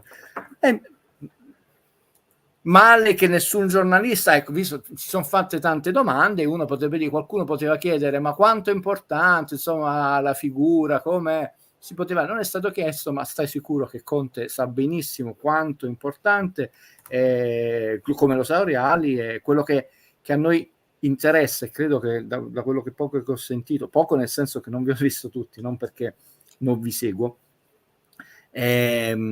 Oriali avrà le idee chiare, a noi interessa che si lasci un'impronta, e un'impronta sulla quale si costruisce un gradino più alto rispetto a quando hai preso il Napoli. Questo sarebbe il mio desiderio. Cioè Conte prende il Napoli, non mi riferisco al 10° posto, quello è abbastanza scontato che siamo arrivati ai 16, lo sappiamo, no? E un certo tipo di organizzazione, lasciare il Napoli, lasciamo da parte i trofei, e io lo lascio con 2 gradini su. Verrà giorno X un altro allenatore, casomai anche meno vincente con un giovane, ma non si torna indietro di 2-3 gradini, tu devi partire da un 3° gradino, così si cresce. Poi sportivamente alcune annate sono più per tutti, vedi, anche lì più fortunate degli altri, però se tu hai una società sempre più forte, più strutturata, è più facile toglierti delle soddisfazioni, altrimenti parliamo alla Mazzarri, un campionato, ci toglieremo le soddisfazioni, stiamo facendo cose eccezionali, sono tutte queste frasi che colpivano la pancia dei tifosi, ma poi queste cose eccezionali qualcuno ancora me dovrebbe spiegare, che abbiamo vinto 3-1 col Chelsea, poi siamo stati eliminati 1-4 e raccontiamocelo ogni volta. Non mi sembra una gran cosa eccezionale quello.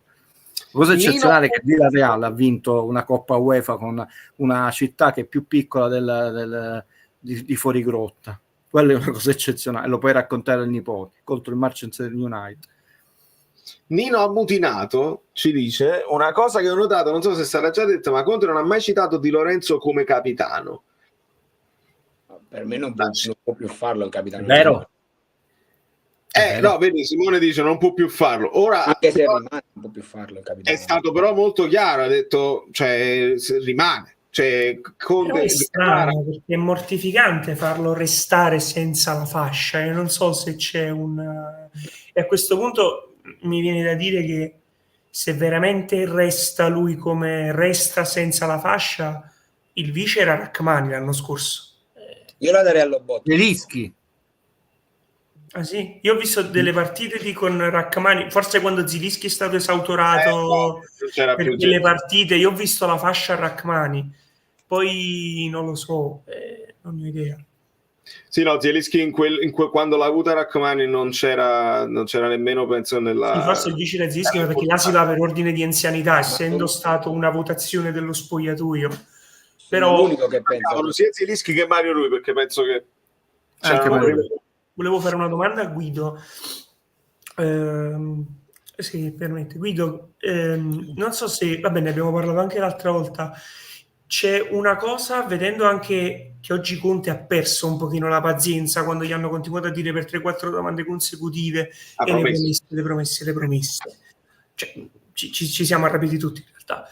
Però una cosa su cui Conte non transige è essere protetto dalla società. Conte vuole che quando in un certo periodo della stagione, perché non siamo solo noi, tutte le tifoserie sono abbastanza volubili e tutte, diciamo, un certo tipo di stampa va dove va il vento, secondo te è possibile che a un certo punto, questo potrebbe anche essersene parlato con De Laurentiis, che la società in un certo punto della stagione si faccia carico di proteggere un po' l'allenatore, perché questo è stato anche motivo di rottura con tante società. No, questo ce lo siamo detti nelle live precedenti, ed è un rischio. Però mi ha fatto ancora più salire. No, nel senso che dici una cosa giusta, è vero, è avvenuta, ed è la mia preoccupazione, nel senso che Napoli non è minimamente paragonabile come potenza, tra l'altro alla Juve che vinceva tutto e alla Juve 2.0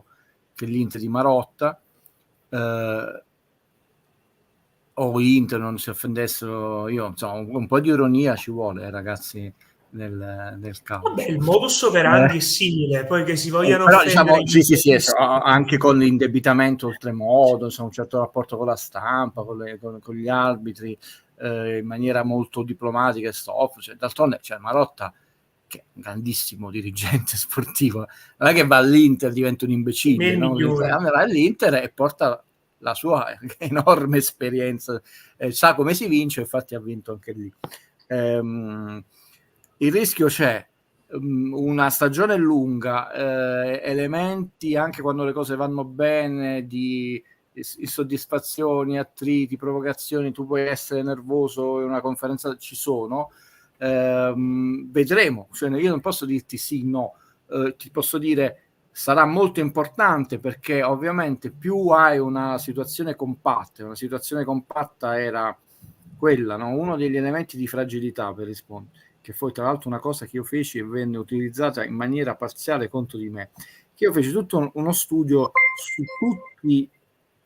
tutti gli acquisti del Napoli, da Marino, dal primissimo all'ultimo, ma una cosa, ci perso un sacco di tempo, eccetera. Quello che ne veniva fuori, che tolta la Juve, il Napoli in quegli anni era la squadra che spendeva di più. Falso mito, cacci soldi, cioè questi sono i papponisti.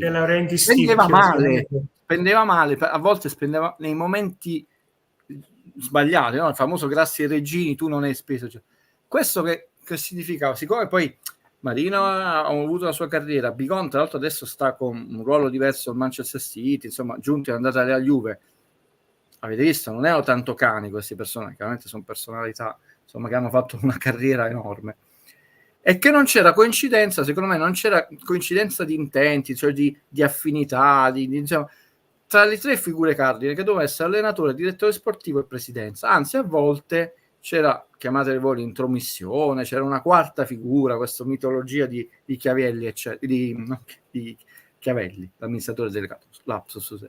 Il fatto che una società sia compatta non è di nuovo un difetto, è un pregio, ma devi essere compatta nei momenti giusti. Quando abbiamo vinto lo scudetto, la festa, è facile essere tutti felici, eccetera. Quindi nel corso di una stagione, pensate anche a questi 3 anni dell'Inter, dei momenti di attrito ci sono stati anche per loro, no?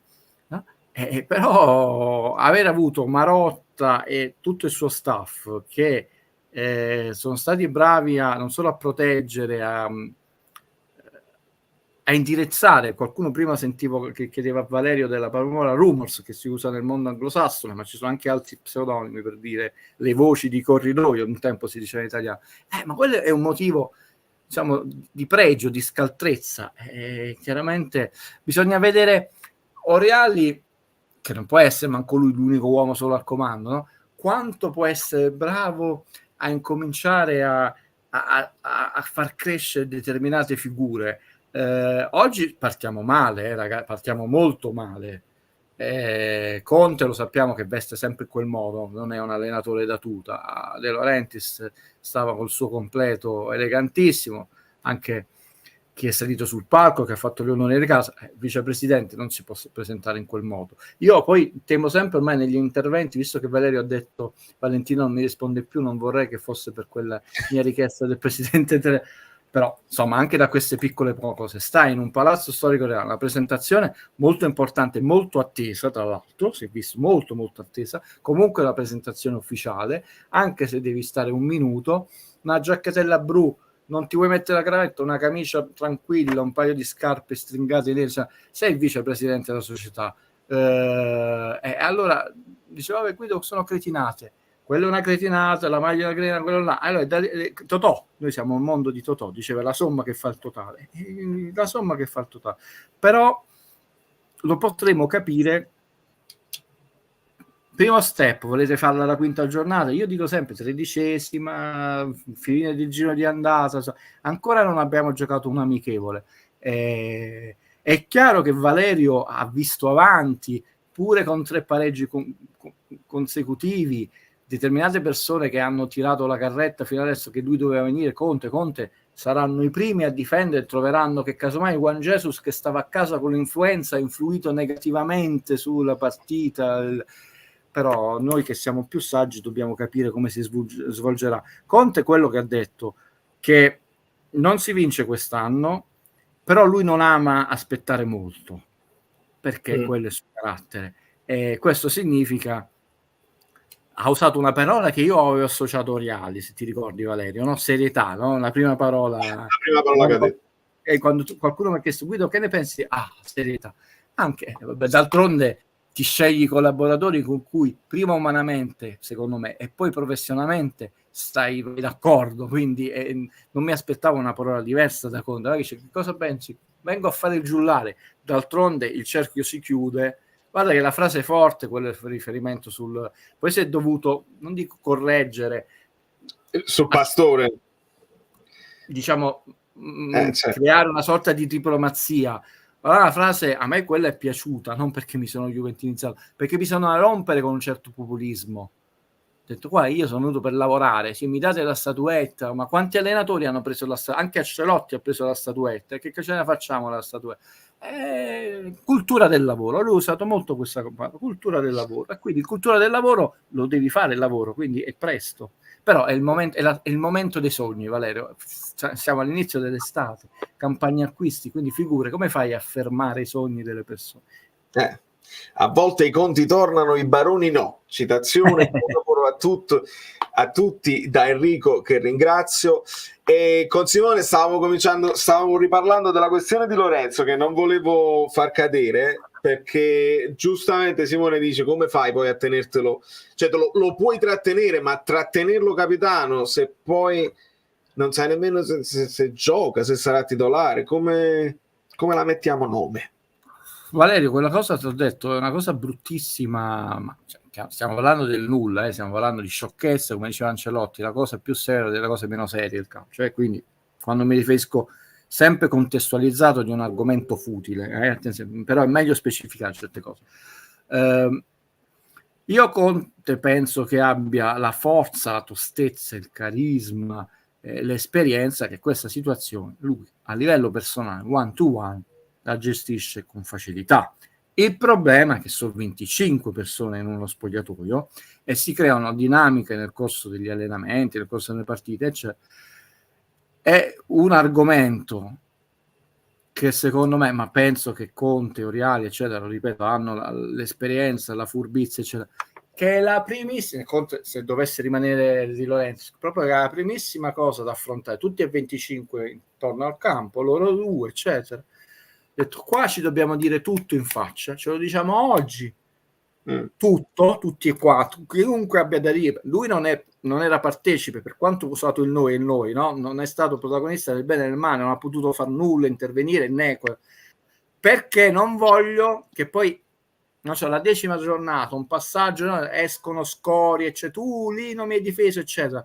Secondo me è un argomento che è troppo delicato, siccome non possiamo rischiare che poi nel corso della stagione esplodano ripicche, rinfacce, eccetera, ci tolgano energia che ci tolgono punti che ti fanno altre cose che ha detto Conte. Poi la squadra è andata in sofferenza, in frustrazione, io ve lo dissi, no, noi non sapremo fare questa cosa, l'abbiamo fatta, e più non l'abbiamo saputa fare, più abbiamo accumulato ritardo e più è stato pesante, ma abbiamo vinto per distacco, e non era fatto quello per distacco, era quello che dicevo io.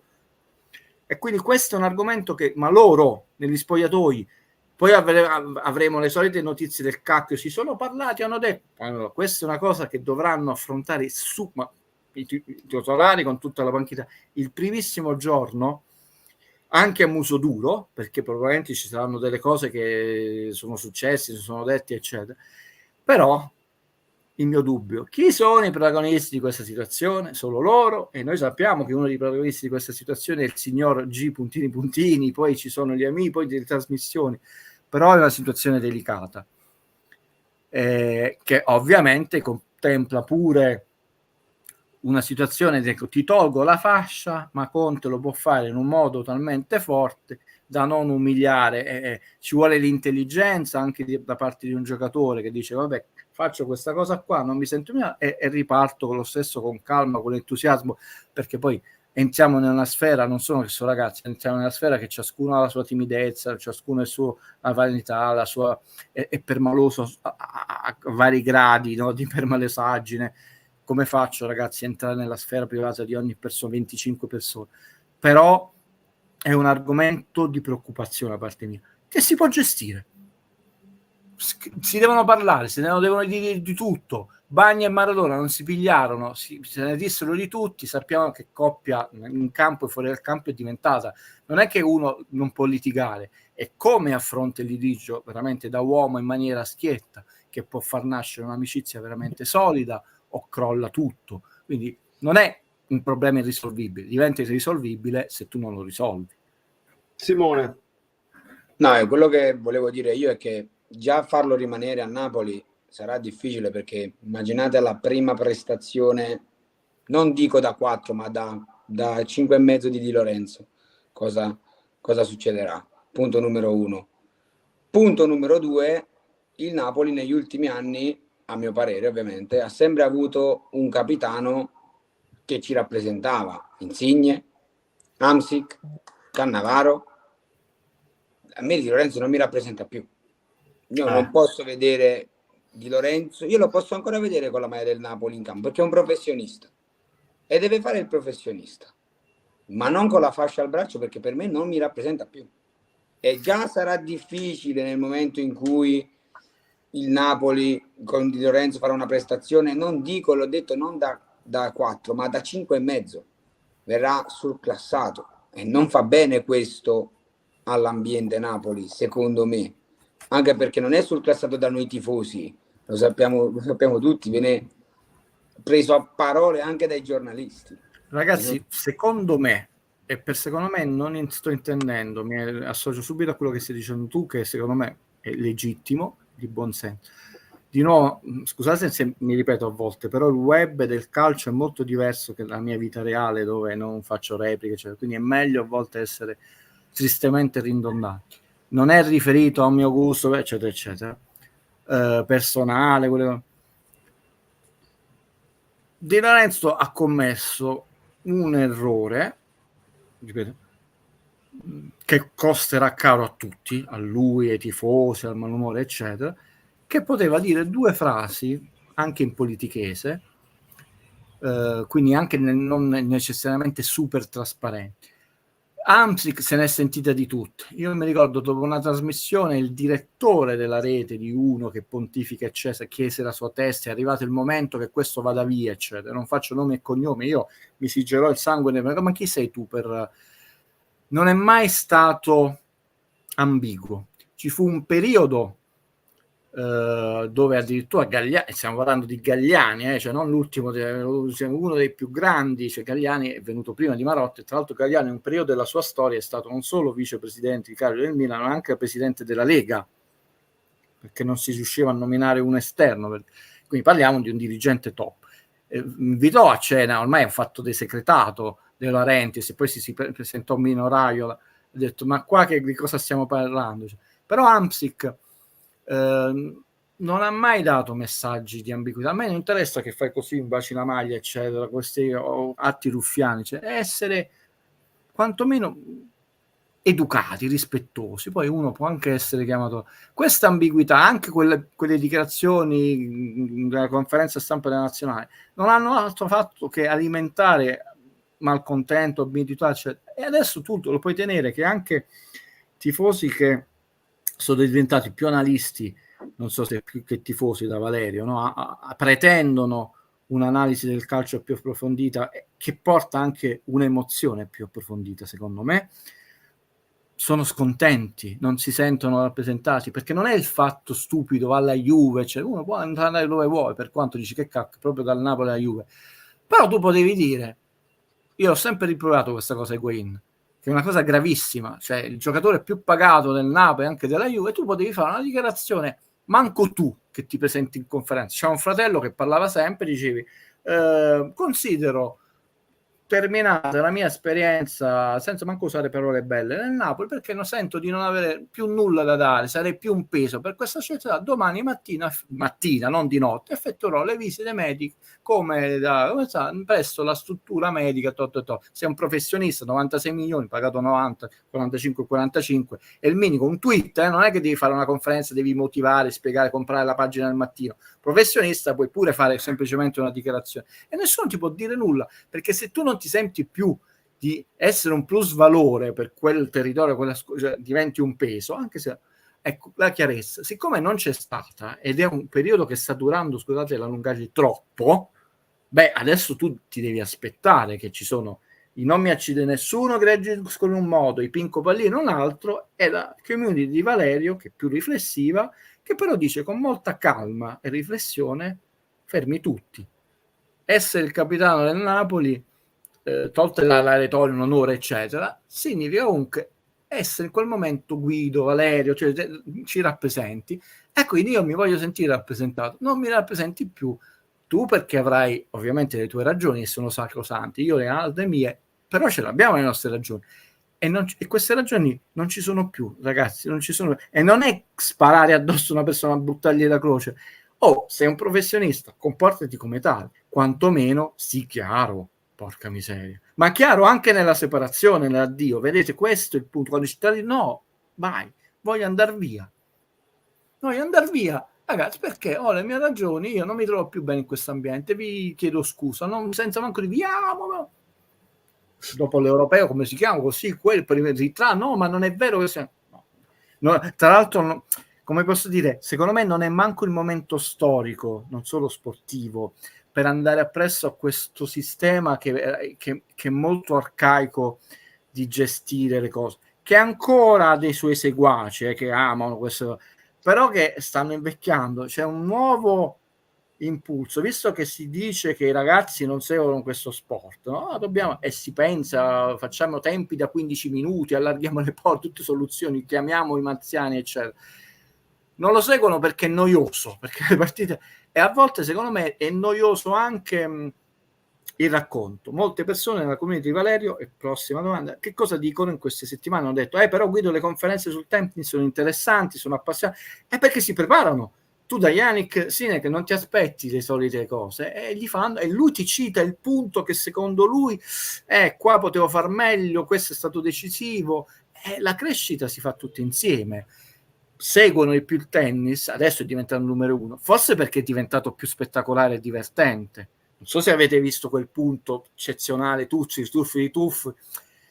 ma quel punto è un punto bello, quello è il punto, cioè, perché stanno spingendo sempre oltre non solo il livello di spettacolo, il livello della prestazione sportiva.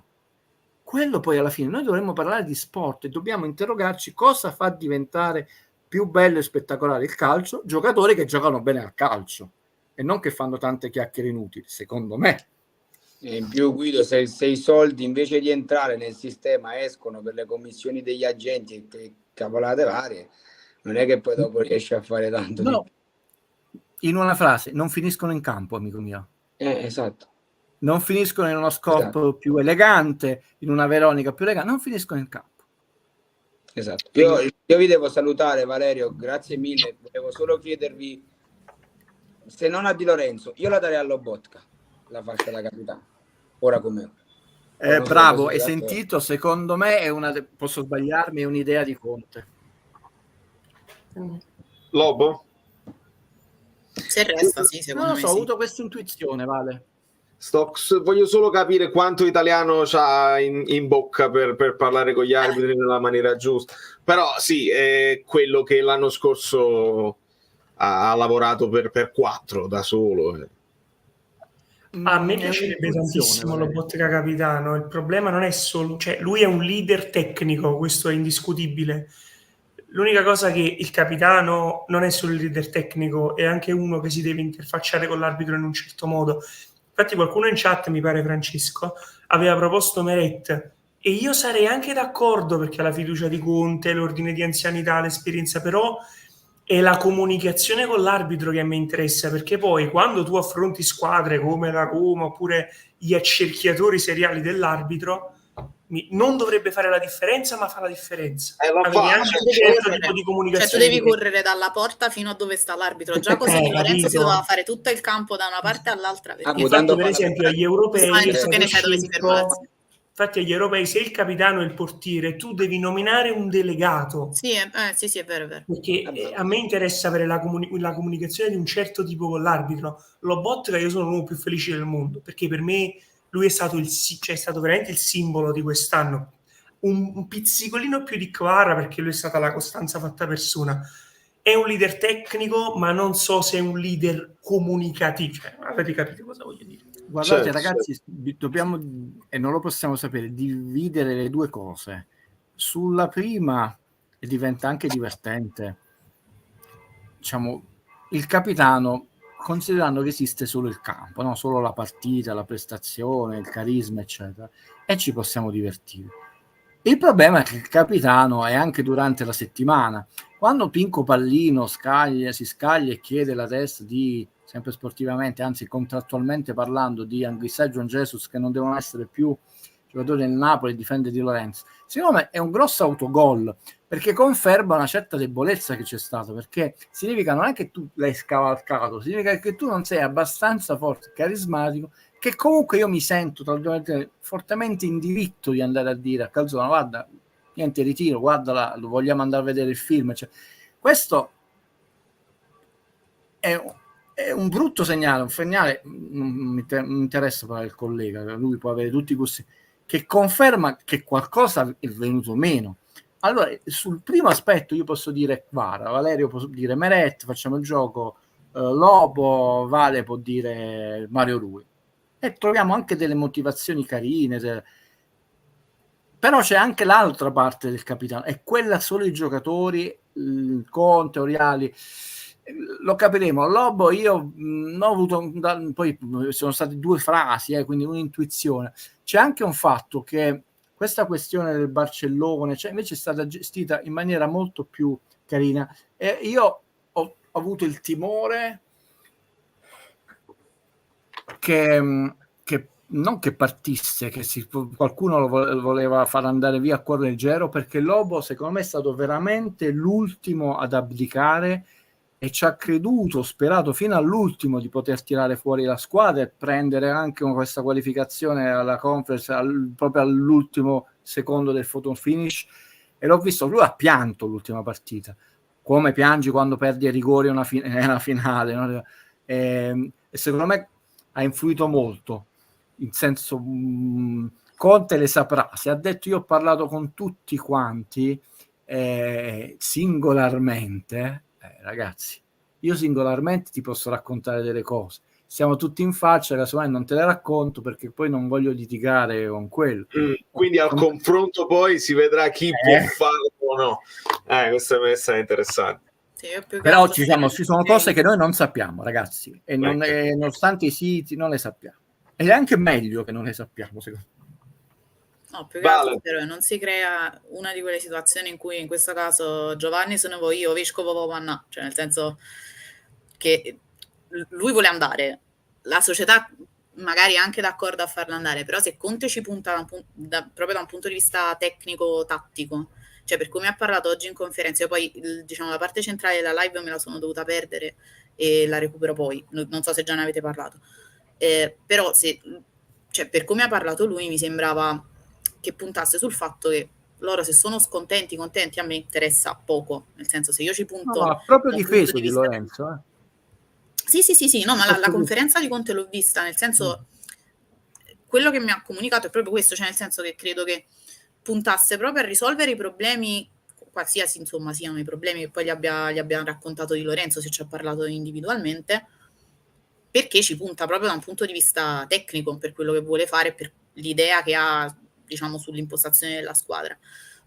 Però poi bisogna vedere se alla lunga regge questa cosa, perché se Di Lorenzo ha manifestato, diciamo, la volontà di andarsene, se la società poi a un certo punto ha capito che magari un punto di incontro non si riusciva a trovare, e bisogna vedere se poi basta, diciamo, e questo può essere la parola di Conte. In divenire, come ha detto proprio Conte, cioè all'inizio tutti sono pronti a farlo e poi magari li perdi per strada, quelli che non ti seguono fino in fondo, quindi questo potrebbe anche iniziare in un certo modo e poi devi virare e prendi un'altra piega, anche perché poi dipende molto da come poi si mette la stagione, perché è vero che parecchi obiettivi non ce li hai, quello della Coppa Italia però dipende anche magari quanto tempo ci mette la squadra ad ingranare, perché poi se diciamo è un percorso che poi va a salire, molte cose uno se le dimentica per strada, cioè che poi quando le cose vanno tutte bene poi uno, diciamo, parecchi problemi se li scorda, Però se Perché- poi ci metti tempo già ad ingranare e i risultati non arrivano subito,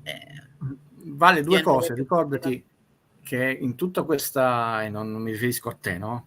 Che non c'è niente, in tutta questa cosa bellissima di oggi, eccetera, non dimentichiamoci che esistano gli avversari e ce ne sono 9 che sono arrivati davanti a noi. Possiamo assolutamente. immaginare che recuperiamo il territorio, però non è detto che un Inter non si rafforzi, diventi più forte. Dice tu Certo. ti hai guadagnato, pure ti hai guadagnato 27 punti, cioè ti hai recuperato 27 punti, però sempre a 41 sei arrivato, no? Cioè, gli avversari non stanno fermi, però diciamo, quindi tu puoi avere anche un processo di apprendimento, non c'è nessun ostacolo, tutto si amalgama benissimo, eccetera, eccetera, però gli avversari pure possono fare loro.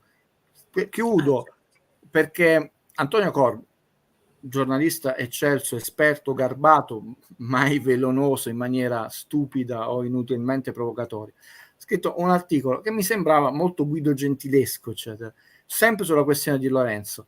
E io dissi, raga, però i conti non mi tornano, no? Perché qual è questo enorme oltraggio, no, per noi abbiamo avuto parecchie settimane di polemiche alimentate dal suo procuratore e non polemiche pesantucce, no? E Corbo ha posto una serie di domande, no? Quindi questa questione oggi Conte ha più volte parlato bene sia dell'uomo che del calciatore, sia dell'uomo che del calciatore, ha sempre ribadito l'uomo e il calciatore, l'uomo e il calciatore, non il capitano del Napoli. Questa è una giustissima osservazione vostra. Il suo l'ha fatto, cioè, l'ha considerato come merita, un ragazzo molto serio, l'abbiamo sempre apprezzato per questo noi di Lorenzo, sempre, non torniamo indietro, infatti siamo molto arrabbiati per come è stata gestita questa situazione. E quando ha fatto prestazioni maiuscole con gli occhi scintillanti, quando abbiamo visto un calo di rendimento senza essere riconoscenti, però uno se gioca male quella partita non è che poi una cosa è la riconoscenza, una cosa quella partita stai perdendo 3-0, ok, riconoscenti, però abbiamo fatto 0 punti. Le due cose non sono in contraddizione, analizzare con calma una partita e comunque ricordare i nostri eroi. È una questione spinosa. Corbo non ha detto è successo questo, è successo, ha detto non mi tornano i conti, è successo questo. E addirittura una volta si è messo anche a dire ma ha litigato con le persone in palestra, l'ambiente, il salumare, cioè qualcosa è successo e non è le sciocchezze che 3.700 persone, no, io qua l'ho detto là, perché è troppo grossa la disparità. De Laurentiis su una sola cosa ha detto, oggi ha parlato poco, no? Perché ha detto no, ma è stato decontestualizzato, ma alla fine se tu hai detto siete tutti, come si chiama, può mai essere questo, sei stato non solo il capitano del Napoli, non ti abbiamo mai preso nessun terzino normale, non che ti facesse ombra, nessuna riserva all'altezza mai, cioè. messo in dubbio che tu non facessi un secondo di pausa, eccetera. Quindi comunque è stato non solo avevamo preso Mazzocchi, Guido. Lasciamo perdere, ma ringrazio Roberto Carlos. Ringrazio Giuliano che nel frattempo ci aveva scritto il momento dei sogni, ADL presenta il progetto centro sportivo e stadio, allora sì che la parola discontinuità inizierebbe ad avere un suono più soave, sempre per quanto riguarda i sogni. E volevo anche salutare Francesco da Miami Azzurra. Per Guido, tutto questo entusiasmo a doppio taglio o grande incentivo? PS, una volta ADL ha evitato di dire parolacce e ha confuso attributi con contributi. È vero sta cosa, perché voleva dire, ha detto una cosa a metà, è uscito contributi, che è meglio. Voleva dire con i contro e con i contro i cazzi, contro coglioni. Va bene sognare. A un certo punto mi sembrava, scusami Guido, no, scusami, dalla conferenza, a un certo punto quando Conte ha insistito sul fatto, cioè su dati che poi ovviamente sappiamo tutti come è andata la stagione scorsa, quindi non è che erano i segreti di Pulcinella. Sembrava proprio, sai, quei bambini cazziati dal papà De Laurentiis quando Conte stava sciorinando tutte queste cose. Sembrava là che gli stesse per dare però Vale, non c'entra niente, è uno spunto che vi ridico. Una cosa che mi è piaciuta della conferenza di Conte, no? Per quanto io non rimango entusiasta di queste cose, non sogno il mercato eccetera, però io insomma mi piace poi la dialettica, che poi comunque lo sport è tattica, strategia, fisico, intuizione, talento. Lui ha sottolineato che oggi ha un aspetto bello, no? Puoi avere tutto il talento che non vuoi, sono cambiati i tempi, ma se non ti alleni, se non hai anche quel processo di crescita, eccetera, il talento da solo non basta. Cassano oggi c'è il rischio che quella carriera che ha fatto non la farebbe, perché non è sufficiente avere solo il talento, devi avere veramente un fisico, vedi Giroud, no? Che ha giocato fino a quasi 40 anni nel Milan e i suoi colletti li facevano, non è un ragazzino, per dire. Quindi a parte questa cosa qua, io poi non sono un freddo calcolatore, detto, capisco che i tempi evolvono, devi evolvere come analisi, come giornalismo, non perdendo mai quello che è il senso del gioco, il senso dello spettacolo e il senso anche del gioco dello sport, no? Che ci sta nel senso sportivo, diatriba dialettica, che era Viola e Agnelli, che nelle battutine l'avvocato Prisco era un principe incredibile nelle battute. Allora, quello che fa la domanda per prendere sotto scacco Conte che non gli risponde, poi manda il messaggio sfumato a Ibra. Ma quello va benissimo nel calcio, perché il calcio è strategia anche psicologica e diatriba dialettica, eccetera. Quindi questo non si deve perdere, ci tenevo a dire, perché poi non è che dobbiamo raffreddare i nostri animi. Quando io ho detto il momento dei sogni, ben qui sta. Non ho più quell'età e quell'illusione di questi sogni, però riesco a apprezzare, per esempio, anche una frase come quella, perché mi ricorda, e non lo perdo mai il punto di vista, che poi alla fine non solo è un gioco che dovrebbe dare gioia, allegria anche in quello sano sfottimento, quando era puntini, eppure è abbastanza netta la separazione tra lo sfottò, è strano che la confondo. E questo qua, questi messaggi che si sono mandati Conte fa parte delle dinamiche, vediamo adesso che è più bravo. Io continuo alla mia idea, se Conte dovesse, io non gli chiedo niente a Conte, ma niente, manco la serietà, lo analizzerò con gioia. Se Conte dovesse vincere a Napoli sarebbe una vittoria leggendaria, molto più pesante in senso sportivo, in senso nobile di quelle che già ha ottenuto. Gli auguro di ottenerle nella vita, io rimango uno sportivo.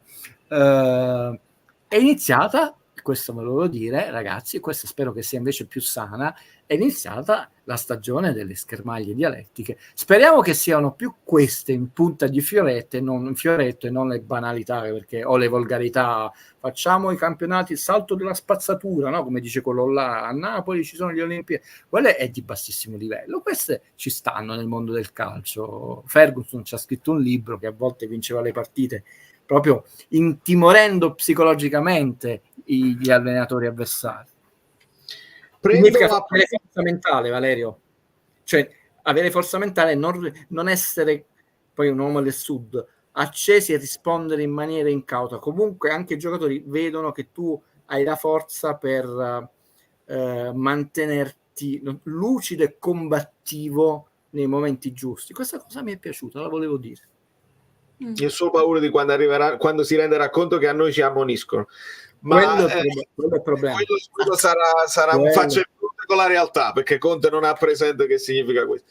Ho visto, cosa mia proprio personale, visto che Marco Leone è in chat. Marco, ma Paramount Plus ce li hai i diritti per l'anno prossimo? Perché io sto pagando un abbonamento e non lo so, quindi proprio domanda di servizio per capire se sono confermati e tu dovresti poterlo sapere.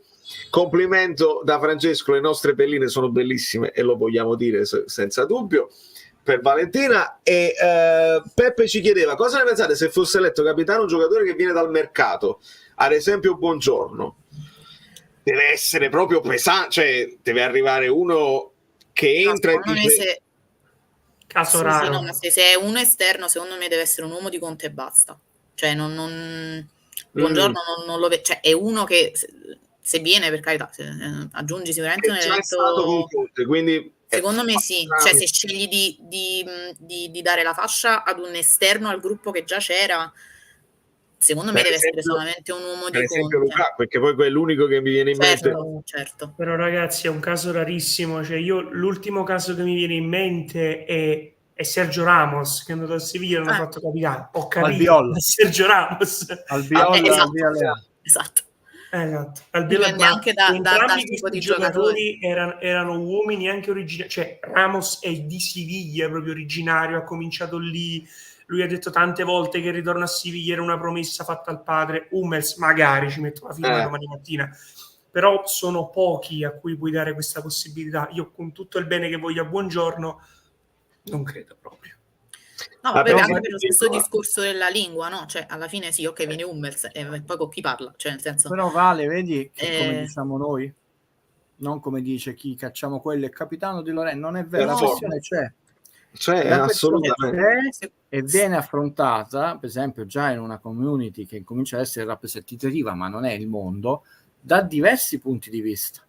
Perché ci poniamo il problema da diversi punti di vista, e se ci poniamo il problema da diversi punti di vista significa due cose: che esistono questi punti di vista e che esiste un problema.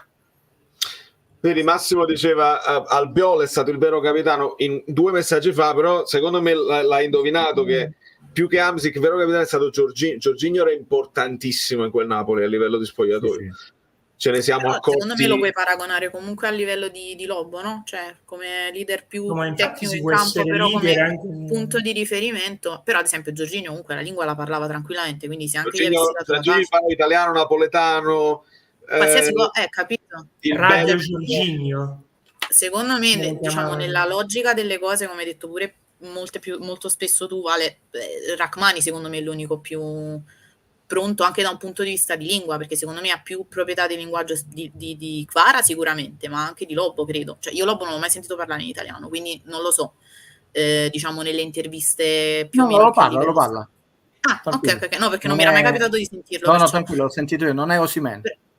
Quello era complicato, fare peggio di Osi era un po' complicato. Però Rachmani secondo me, insomma, se potrebbe essere comunque una scelta logica, quantomeno. Il vero capitano è Conte, l'anno scorso era Spalletti. Beh, come figura di leadership sicuramente sono sovrapponibili, però ne serve un altro, perché in campo non possiamo togliere anche energia a Conte, che deve essere in quel momento, perché in campo Spalletti ha dovuto parlare tanto in campo. Io ci tengo su questa cosa qua. Molto spesso era vista da qualcuno come parli troppo, si confonde, e invece stiamo vedendo c'è la Spalletti Cam anche in Italia, si riferisce ad ogni singolo giocatore, gli deve ricordare le cose che non stanno facendo, e fu importantissimo proprio per Osimhen, che lo tenne sul pezzo e andava meno in fuorigioco di quanto non è successo quest'anno, tutti a briglie sciolti. Quindi voglio che Conte pensi solamente al campo e che ci sia un suo vice, un corrispettivo poi in campo. Allora, ragazzi, posso permettermi il discorso sul capitano e il fatto che era più leader un giocatore rispetto che un altro. Non è che in una squadra c'è un solo leader, si può essere leader anche senza la fascia. Certo. Le squadre più grandi del mondo hanno tanti giocatori che hanno un determinato tipo di personalità. Il capitano si sceglie il capitano non solo in base al carisma, è una figura di raccordo per lo spogliatoio, e si sceglie una figura dal punto di vista comunicativo, sia in campo che fuori. È ovvio che Jorginho era un capitano, che era un capitano anche Reina, era un capitano Albiol, però si devono fare molte più valutazioni, ed è ovvio che il capitano era anche Spalletti, come lo può essere Conte quest'anno, solo che ci sono delle dinamiche in campo, extracampo, che noi non sappiamo, anche dal punto di vista di Di Lorenzo, perché si deve capire cosa c'è sul tavolo, che noi non sappiamo cosa c'è sul tavolo, e sono cose, io non lo voglio nemmeno sapere, non mi interessa. Però su questo fatto del capitano ci sono tanti capitani. Il capitano non è solo un leader, è proprio un'altra figura, perché do Real Madrid e allora è Kroos, è Modric, è chiaro, certo. E che Courtois non è un leader, ragazzi, vabbè, ma là è difficile trovare uno che non lo è. Al Real Madrid. Perché non obbligano i giocatori a studiare la lingua? Al Bayern lo fanno. Vabbè, però secondo me manco, cioè, credo che debba arrivare anche dai giocatori, nel senso, secondo me è anche c'è un modo per proprio tuo per arricchirti, nel senso, una cosa in più che fai. Però non credo che...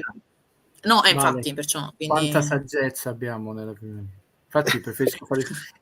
Sì, a prescindere da quello che aggiungo un obbligo, Vale, concordo pienamente, intanto dovrebbe essere una sana esigenza o curiosità tua, no? Perché così intanto aggiungo qualcosa nella mia vita, sono due cose invece di una. E poi, cioè, tu pensate Driss e Jorginho, no? Quanto si sarebbero divertiti e quanto si sono divertiti invece molto di più avendo la conoscenza negli scherzi tra di loro con gli altri, cioè si sarebbero persi un mondo, quindi a prescindere da quello che può essere, cioè, noi avevamo un periodo d'oro della Ferrari, adesso sappiamo che non sta benissimo purtroppo da anni, Michael Schumacher e Irvine, pur zoppicando nelle interviste, parlava in italiano, lui viveva a Milano, Irvine con le modelle eccetera, era il numero 2 Schumacher in inglese faceva interviste, pochissime parole in italiano, e nessuno gli diceva niente perché vinceva campionati su campionati.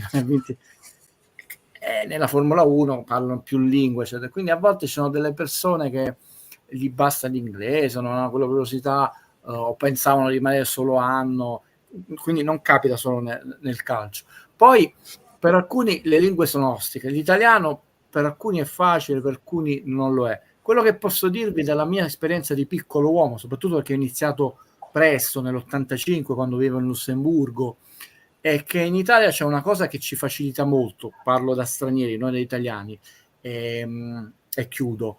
Io nell'85 non conoscevo una sola parola di francese. Una cosa che mi aiutò prima ancora di andare a scuola eccetera, poi il giornale, leggevo un giornale che si chiamava La Républicaine Lorraine, mi ricordo ancora, era la televisione. Poi hanno incominciato a doppiare, cioè a avere tutti i film nelle varie nazioni non più doppiati in originale con sottotitoli. Ci sono poche nazioni dove doppiano. È una cosa che mi dicevano sportivi e non solo, io ho avuto amicizie di tante nazioni anche in Italia, che la televisione agli stranieri aiuta molto perché sono costretti a vederla e noi non abbiamo nessun programma sottotitolato, che sia Sanremo, il quiz, la partita o un film, parlo delle reti generaliste ancora oggi, no? Poi se ti prendi il canale tematico puoi cambiare, questa cosa aiuta. E mi ricorda, e chiudo, che è vero che io a un certo punto nell'85 in Lussemburgo, voi sapete che io da quando avevo 19 anni, ma sia qualcuno dice qui ci prende in giro, io non ho mai posseduto casa mia una TV, quindi sono uno che guarda poco TV, però nell'85 la tenevo accesa innanzitutto per incominciare a prendere la musicalità della lingua, che è diversa, e poi incominci a vedere che delle parole sono ricorrenti, però è una questione prima ancora che contrattuale. Considerate che delle società non solo è un fatto contrattuale, ti mettono a disposizione l'insegnante, la scuola convenzionata dove poter andare a fare le ore, non sono organizzate, non parliamo di ma già da anni, per esempio in questo l'Inter è sempre stata all'avanguardia, e mi ricordo il periodo maradoniano, c'erano i tedeschi, no? Matteus, Volle, che avevano già la convenzione con la scuola, infatti parlavano subito, ho detto questi sono arrivati da poco in Italia e già parlano italiano, no? Perché poi erano il periodo gli olandesi, il Milan, Careca e Maradona, Napoli eccetera, i tedeschi all'Inter, quindi comunque le società sono organizzate. A volte te lo mettono come per obbligo, vi posso dire, cioè per obbligo che tu devi andare e non puoi saltare un certo numero di lezioni, però sono organizzazioni interne. Io in questo credo poco nell'obbligo, credo molto al buonsenso e la comunione, non so, dei beni, diciamo, però è un limite enorme secondo me anche nel vivere uno spogliatoio e una città, secondo me, perché anche per me, io per quello intendevo, cioè deve essere una cosa, cioè io mi sentirei male a non capire che cosa succede esattamente, esattamente. No, Cioè, a me verrebbe l'ansia onestamente per me banalmente, magari l'allenatore ti deve comunicare una cosa, tu non capisci, non sai cosa gli devi rispondere, cioè, ma facile come Valentì, che è quello che è successo anche quest'anno, se si sono parlati in francese con Anghis Sagas, qualcuno si è sentito ma io non capisco, e l'idem quando io ho suonato per un periodo anche lungo con tantissimi polacchi, proprio gruppi dove ero l'unico che non parlava polacco, e ogni tanto loro si facevano la loro chiacchierata che non riguardava me, però me dava fastidio, che voglio partecipare, che cazzo che stai parlando? Perché poi capito, uno vede a fare questi con le cofecchie che fa, cioè che ti senti pure escluso da un certo punto di vista, capito? Quindi è pure brutto proprio da un punto di vista umano che si creano questi gruppetti dove tu non riesci poi ad entrare se non se non parli la lingua. Anche dalla persona, cioè per esempio Osimhen secondo me ha un disinteresse non volendolo proprio imparare per quanto riguarda determinate questioni. Mi ricordo, ma non tanto, due esempi, uno recente e uno un po' meno. Quello recente io ricordo Callejon che andava ospite a Made in Sud e capiva tutte le battute in napoletano e faceva i backstage, ma perché Callejon, come poi si evince anche da molte interviste, uno molto interessato alla vita di spogliatoio, perché la scuola Real Madrid ti insegna che non ci possono essere compromessi lì dentro, cioè tu devi sapere tutto. Infatti il blocco del Real Madrid dal punto di vista comunicativo, tranne Higuaín fratello, si è sempre comportato in un certo modo. L'esempio un po' più retro è Careca. Careca parlava e parla ancora oggi uno splendido italiano, ma parla anche più lingue, penso che Guido me lo possa confermare, oltre al portoghese brasiliano. Perché io l'avrei nominato vicepresidente del Napoli, tu non sai pure io, esatto. A me sai quanto fa rabbia vedere quando ai sorteggi di Champions League, che quando noi mandiamo nessuno, oppure il dirigentino X e le altre squadre hanno fior di persone da mandare. Ma io voglio dire, no, Careca, amico mio, ma non per riconoscenza, spiegai le ragioni professionali, secondo me, perché è una persona... No, ma non perché ha giocato nel Napoli, perché è un dirigente rispettatissimo, ha un'esperienza enorme, parla più lingue, è una persona elegante, sa come fare lo spogliatoio. Bravo. Careca è un uomo prima che... Poi è anche una bandiera del Napoli ed era parola di mio sarebbe padre. stato un plus, però poi ti prendi comunque... Però quando ne parlo, mi dice, guarda Lewandowski, Careca era come lui allora. No, molto più classe, si muoveva con più eleganza, sembrava... No, io dico la considerazione, cioè uno degli attaccanti più forti del mondo. Questo era, non è solo questo, è che lui come uomo sarebbe stato perfetto in un certo tipo di comunicazione. Ha vissuto la vittoria e la sconfitta, quindi si è visto... E che sconfitta? 1 maggio 88, ha vissuto l'addio di Maradona, cioè un uomo che ha vissuto le stagioni più belle e più delicate, quindi sa affrontare prima che... Per me era l'uomo giusto. E poi, come hai detto tu, ai sorteggi del Napoli, Antonio Careca sul video wall, prima hai visto dei collazzi di Careca, invece tu non vedi mai nulla, può parlare portoghese, francese, italiano, eccetera. Comunque lui l'ha alzato una Coppa UEFA, quindi comunque chiami, perché di solito chiamano quei campioni che comunque hanno vinto nelle finali. Ha alzato una Coppa America, Sì, vabbè. Titolare con Romario in attacco, attenzione. Poi anche fisicamente si mantiene a porca miseria, un figurino, No, non vogliamo criminalizzare nessuno. No, però è vero. Però non è che ha fatto una panza tanta, non è Clarence Seedorf che ha ancora un armadio, però ce l'ha il figurino. Non è, ragazzi, apro e chiudo una parentesi, a volte non è facilissimo, nel senso che quelli sono abituati non solo al regime alimentare, ma di allenamento tremendo. Quando tu smetti anche solo per poco, innanzitutto il fisico ingrassa tremendamente subito, quindi significa che questi continuano ad avere un certo tipo di stile di vita, che non è più quello professionista esasperato, perché proprio quelli non so quanti chilometri di corsa ogni giorno fanno, tu interrompi, tu in una settimana facevi, non so, 40 chilometri, qua 70, non so, butto numeri a caso, ne fai 0. Passi da un eccesso all'altro. Quindi infatti Ronaldo, quello vero, il fenomeno, l'ha detto, io ero a 1000, mi sono stancato, mi voglio godere la vita, ed è più grassottello, ma non lo puoi criminalizzare. Lo stesso De Niro ha detto, che a un certo punto ha detto... Anche Snyder, non so se l'avete visto qualche immagine fugace, ha fatto avanzare lo provocatore, come si dice. Ma perché passi da veramente che sei un treno, che tu dici ogni settimana hai un consumo calorico mostruoso, e poi fai una vita semi-normale, solo che il fisico dice: che sta succedendo? E reagisci. Signori, intervengo. Ogni tanto mi sono automutato perché stanno facendo un concerto di piazza qua fuori, non ho capito che cazzo. Rumori veramente pazzeschi, e c'ho un paio di cose da recuperare. Prima di tutto ringrazio l'amico mio Starving Italian, generosissimo, salute, dinero e amor per la maglia che poi diventa argomento che tra un po' diventerà importante. Ci sono capitani, capitoni e capitomboli. Speriamo che con Conte facciamo un grande campionato, grazie amico mio. E mi ricordavano di Raspadori come spessore umano, che è un'idea che a me piace tantissimo. Accetto la risposta dell'amico Walter che dice deve essere un titolare fisso. sono d'accordo, poi avere sempre il vice capitano, poi capitano in campo, non è il massimo come cominciare. Chissà se ci sarà più spazio per Raspadori, dobbiamo capire a livello di modulo se ci sta il doppio trequartista, potrebbe essere sicuramente un'idea. E qua chiedo a voi, perché gli è stata fatta, gli è stato nominato Marin, lui mi pare che non ha risposto nulla al riguardo. No, non ha risposto. No, non ha risposto. Ok, questo volevo che non so se perché non volesse rispondere, probabilmente perché gli hanno fatto 3 domande insieme, può darsi pure che non... Bravo, ma devi ancora firmare, non può parlare sotto contratto. La bravura di chi fa la domanda e di chi poi ti risponde. Se la fai bene, sono costretti a risponderti.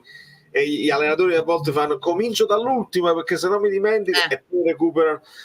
In questo caso lui un paio le ha sviate a pie pari. Mi chiedete solo delle promesse e parliamo di promesse. Sì, comunque posso dire una noia mortale sta conferenza, cioè nel senso, mamma mia. Quello che ci aspettavi, Valentino, infatti sì, la stanno pompando. sì, assolutamente, ma no, ma è stato più Conte. Meno male che almeno diciamo Conte di su che qualcosina interessante l'ha detta al di fuori, cioè inserendo, sai, un po' come faceva Spalletti, perché altrimenti... Sì, ha dato i titoli, bravissima, come Spalletti qualche titolo l'ha regalato, cioè volete i titoli? Sì. Benissimo, ve li do, la fatica, ti deve piacere il dolore, ti ha dato soddisfazione a livello di titoli, però non facete per 50 volte la stessa cioè veramente... No, perché sennò siamo passati da quanto è importante a quali promesse... Ha detto bene Guido quando ha scritto in chat inizio live, un peccato che non hai fatto la domanda sulla pizza, mi sarebbe piaciuto sapere se a Conte piace la margherita o la quattro formaggi. A me piace molto scherzare, scusate, se sul calcio... Ma c'hai ragione, cioè nel senso...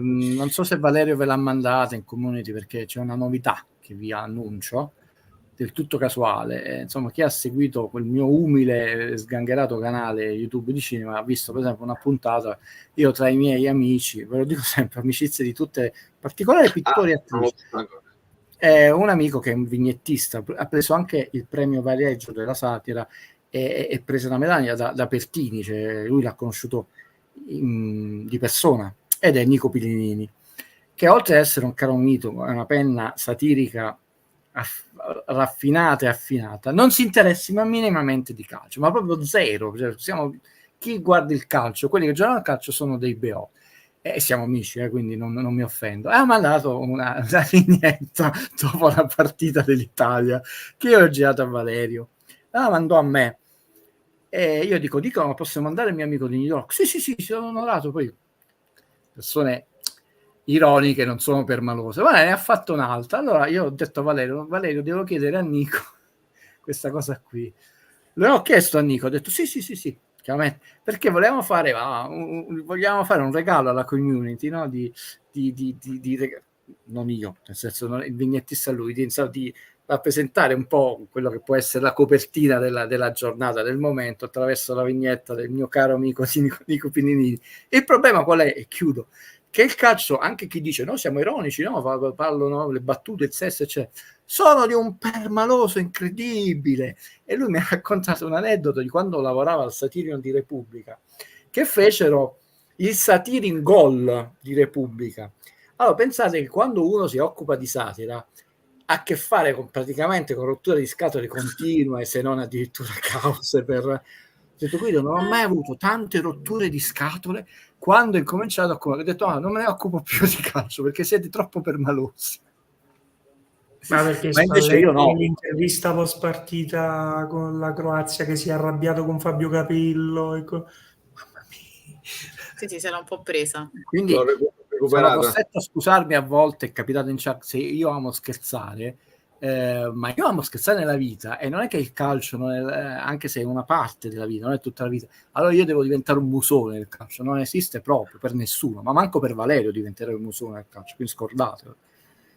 Con allora, scherzare non significa offendere.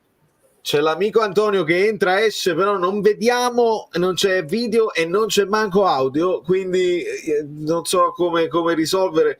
C'è questo Andi Rivieni, speriamo che tu possa risolvere, migliorare il collegamento, come dicono in televisione.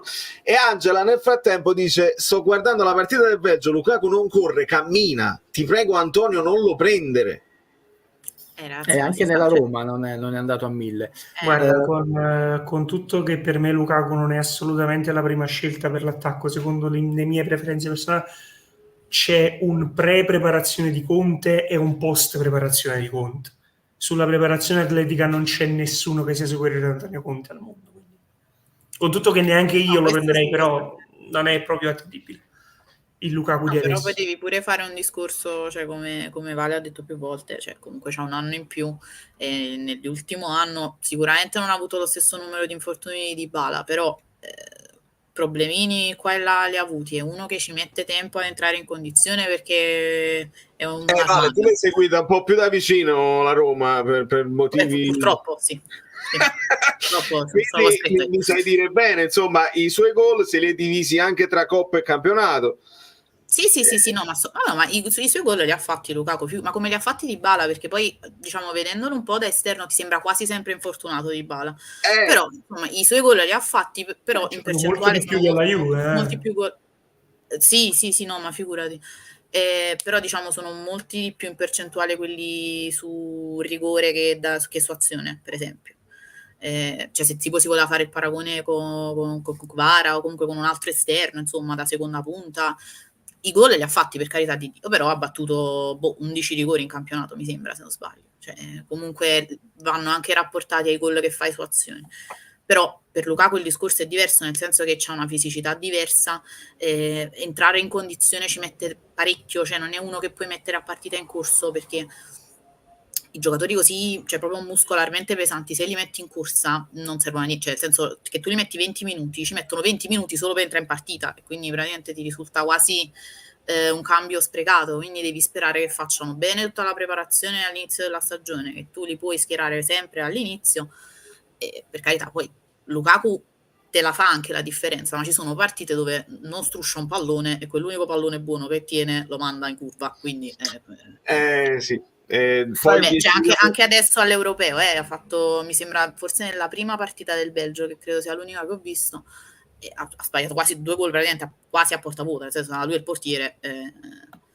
Ma poi diciamo, bisogna vedere veramente cosa ha intenzione di fare Conte a livello tattico, perché tra Lukaku e Osimhen c'è un abisso proprio di modo di giocare, perché Lukaku spalle alla porta, 2 difensori addosso, ti fa salire la squadra. Questo il Lukaku dell'Inter, 26 anni, come tutti dicevano in chat, molto diverso probabilmente da quello di adesso. Ma però pure quest'anno qualche volta l'ha fatto, ti devo dire la verità. Cioè, è quasi è uno dei migliori da questo punto di vista. Cioè, però non è Kane che viene non è tecnico e fa da regista così, e non è un altro pianeta, Kane è anche un trequartista quasi. Vabbè, ma Kane c'ha una tecnica che veramente, cioè proprio da un punto di vista tecnico non paragone non sussiste proprio. Però quel lavoro sicuramente te lo fa e probabilmente forse lo fa anche meglio di Osi, perché poi cioè, Osi lo fa, ma ce la sai quel modo suo un po' strano che solo Osimhen fa, quei controlli stranissimi, inciampa, però la palla poi la riesce a tenere da questo punto di vista. Però ragazzi, da un punto di vista tecnico c'è da fare un discorso di campo, per quanto in astratto, perché ancora non ha, cioè tutte le vostre osservazioni sono come sempre, purtroppo temo che mi ripeta, giuste e di buon senso. Punto primo: non è detto che un giocatore ha fatto bene 10 anni, poi viene da noi e fa lo stesso bene. Certo, uno è portato a poter pensare o viceversa, quindi poi il campo, però uno non deve essere né pessimista né ottimista. Però certo, uno non può fare quella cosa, abbiamo vinto per distacco, cioè, dobbiamo iniziare. Potrebbe anche, è chiaro, se uno sta vedendo con la preparazione del Belgio a fine stagione, cioè, cammina, sì, però c'è anche un altro aspetto. Quindi tutti gli aspetti, è vero, ma un Lukaku più appesantito, più lento, eccetera. Non è, anche questo è vero. Però non sappiamo come giocherà il Napoli, sempre se dovesse partire Osimhen, tutti se. C'è un'altra variabile che possiamo mettere in gioco, nel senso che un Lukaku meno goleador ma più apriscati, perché ci permette a determinati giocatori, cioè un Raspadori che passa da 5 gol a stagione a 17, faccio un calcolo enorme, no? Addirittura confermiamo Politano o lì sa un'altra mezzala, un esterno d'attacco che fa un 12 gol. Ho detto, vedi, sì, effettivamente non è più quel centro, quell'attaccante devastante, però mi apre maggiormente gli spazi quello che Osimhen fa meno bene, perché è un altro tipo di attaccante in corsa, aggressivo, la profondità, ma meno apriscato. Infatti quante volte noi con Osimhen diciamo ci manca la seconda punta, però siamo poi isolati quando lui fa un crucial movimento, però non c'è più nessuno in area, nessuno ha seguito. È una variabile, non è detto che poi può fungere da apriscato, e comunque Raspadori a 17, faccio un esempio, gol. Oh, c'è stato un blocco. Si è bloccato Guido. Forse qualcuno ha scritto Morata e si è bloccato, proprio la juventinizzazione totale. È frizzato. È crashato Guido. No? È crashato perché Morata. Peccato, Presidente. Ed è tornato, è tornato. Okay. Presidente. Certo, Conte ha detto delle parole abbastanza gravi per quella che è stata il racconto, gravi sempre stiamo parlando di calcio, il racconto di Osimhen in questi mesi, che non è come ci hanno raccontato. Siccome diciamo, presidente, operazioni, chiedete scusa al presidente, operazione, significa che non è tutto liscio come olio, altrimenti già sarebbero state un po' machiavellica, oppure è diventata machiavellica la situazione. Stai parlando di Osimhen? Sì. Ah, ok. No, perché non capivo. Ragazzi, secondo me è un disastro. È stato molto chiaro e onesto Conte su questa cosa. Quindi significa che sto là, vedo come si risolve. Però Vale, ti ricordi dopo l'annuncio è stato un plebiscito, chiedete scusa, questa società ha già programmato, questo garantirà anni, chiedete scusa, tutti perché praticamente hanno fatto intendere che c'è già l'accordo, era già l'accordo, mettete voi il Chelsea piuttosto lì, 103. E Valerio e io abbiamo sempre detto, pure se parte 80, a parte che la plusvalenza sarebbe mostruosa perché è all'ultimo anno, quindi deve ammortizzare ormai 4 milioni il Napoli, un poco più, potrei sbagliarmi, cioè il 4%, scusa, il 4,2%, cioè, perché quello è 42 passa il primo anno, poi a scalare, quindi il quinto anno è pochissimo di... fate il 4,2 di 70 milioni e vedete quanto quindi anche venduto a 80 milioni non sarebbe un flop, però te lo farebbero passare come flop. L'operazione è machiavellica, è chiaro che ci ha fatto capire che la società ha delle intenzioni, il giocatore pure delle intenzioni, quindi però tu non facci affidamento a Osimhen, solo che non è stata così liscia come ce l'avevano descritta. E Conte, non volendo, diciamo, non ho riscontrato malizia, ma solo serietà, come possiamo dire, non è che ha puntini, cioè, ma ha sburgiardato mesi di un certo tipo di narrazione. Ecco, sburgiardato un po' più soft. Morata, io ho pareri discordanti dentro di me, cioè sono in disaccordo con me stesso. Gli vedo fare delle partite, cioè ogni volta, ecco, ve la dico precisa, ogni volta che Morata ha giocato contro di noi ho sempre avuto paura, questo il gol ce lo fa. Quando però lo guardo mettendomi all'interno, cioè come se fosse un mio giocatore, dico però alle volte si muove male, macchinoso, si mangia dei gol pure lui facili. Per esempio con la Spagna ha fatto tutto un lavoro contro di noi interessante, di raccordo, veniva incontro, sponde, poi non è stato insomma finalizzatore, però è un giocatore che si è fatto rispettare da capitano anche. Non lo so, Valentino, tu che ricordi hai di Morata? Secondo me è uno di quelli che dipende molto chi gli gioca intorno. Perché cioè, è uno che la porta la vede, cioè i gol li ha sempre fatti Morata, alla Juve, all'Atletico, anche mi pare ha fatto a Chelsea, sì, no, ma li ha sempre fatti gol, credo che penso sia sempre andato in doppia cifra, credo, non lo so, anzi mi affido a Guido per questi dati, io proprio memoria zero. Però secondo me dipende molto chi gli gira intorno, perché non è uno di quelli che gli devi per forza dare la palla cioè precisa per la finalizzazione e basta, perché comunque è abbastanza tecnico Morata, gioca bene con la squadra, però secondo me deve avere comunque gente tecnica attorno, cioè non è il tipo che ti fa il lavoro di Lukaku come ci vuole, cioè, lo fa ma non benissimo, ecco, anche perché poi molti prima dicevano perché secondo me se resta Osimhen, perché da tutti contentissimi, ma secondo me è un disastro, cioè proprio da un punto di vista economico è un disastro, anche perché se pure adesso ti siedi diciamo a tavolino con Kvara per quanto puoi adeguargli il contratto, ma rimani con 1 a 10 milioni. E poi, Kvara, io non credo che gli possano offrire più di 4, glielo devi quantomeno raddoppiare lo stipendio di adesso, no? È come minimo.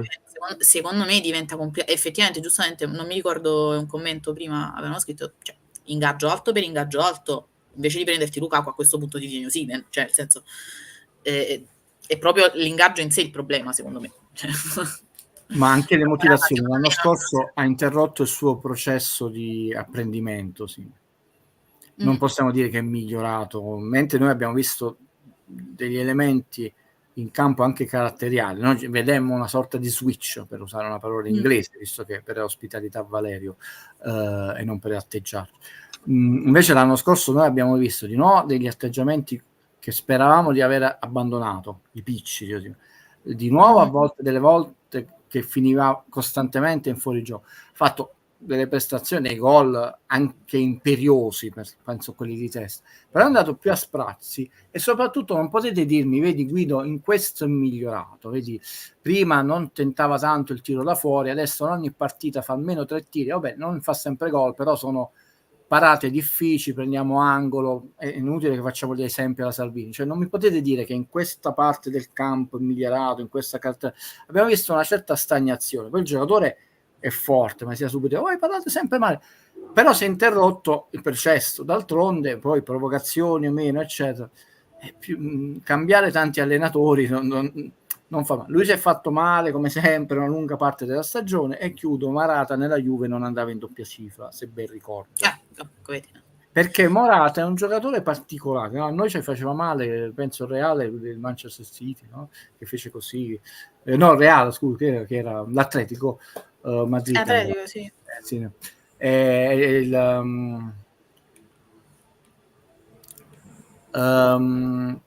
Un giocatore che ha bisogno di avere anche un certo tipo di supporto caratteriale.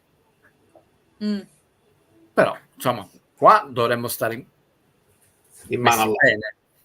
Per esempio Luis Enrique ci ha provato in tutti i modi, anche difeso, però nella Spagna di Luis Enrique sono mancati un po' dei suoi gol. Il ragazzo ha qualità tecniche, fisiche, insomma, comunque è un ragazzo di massimi livelli della Serie A di varie nazioni, però a questi livelli poi sono sfumature quindi nella Juve è venuto un po' a mancare questo aspetto, non ha avuto quei trascinatori e si è fermato sempre a 8, 7 gol, 9 gol eccetera.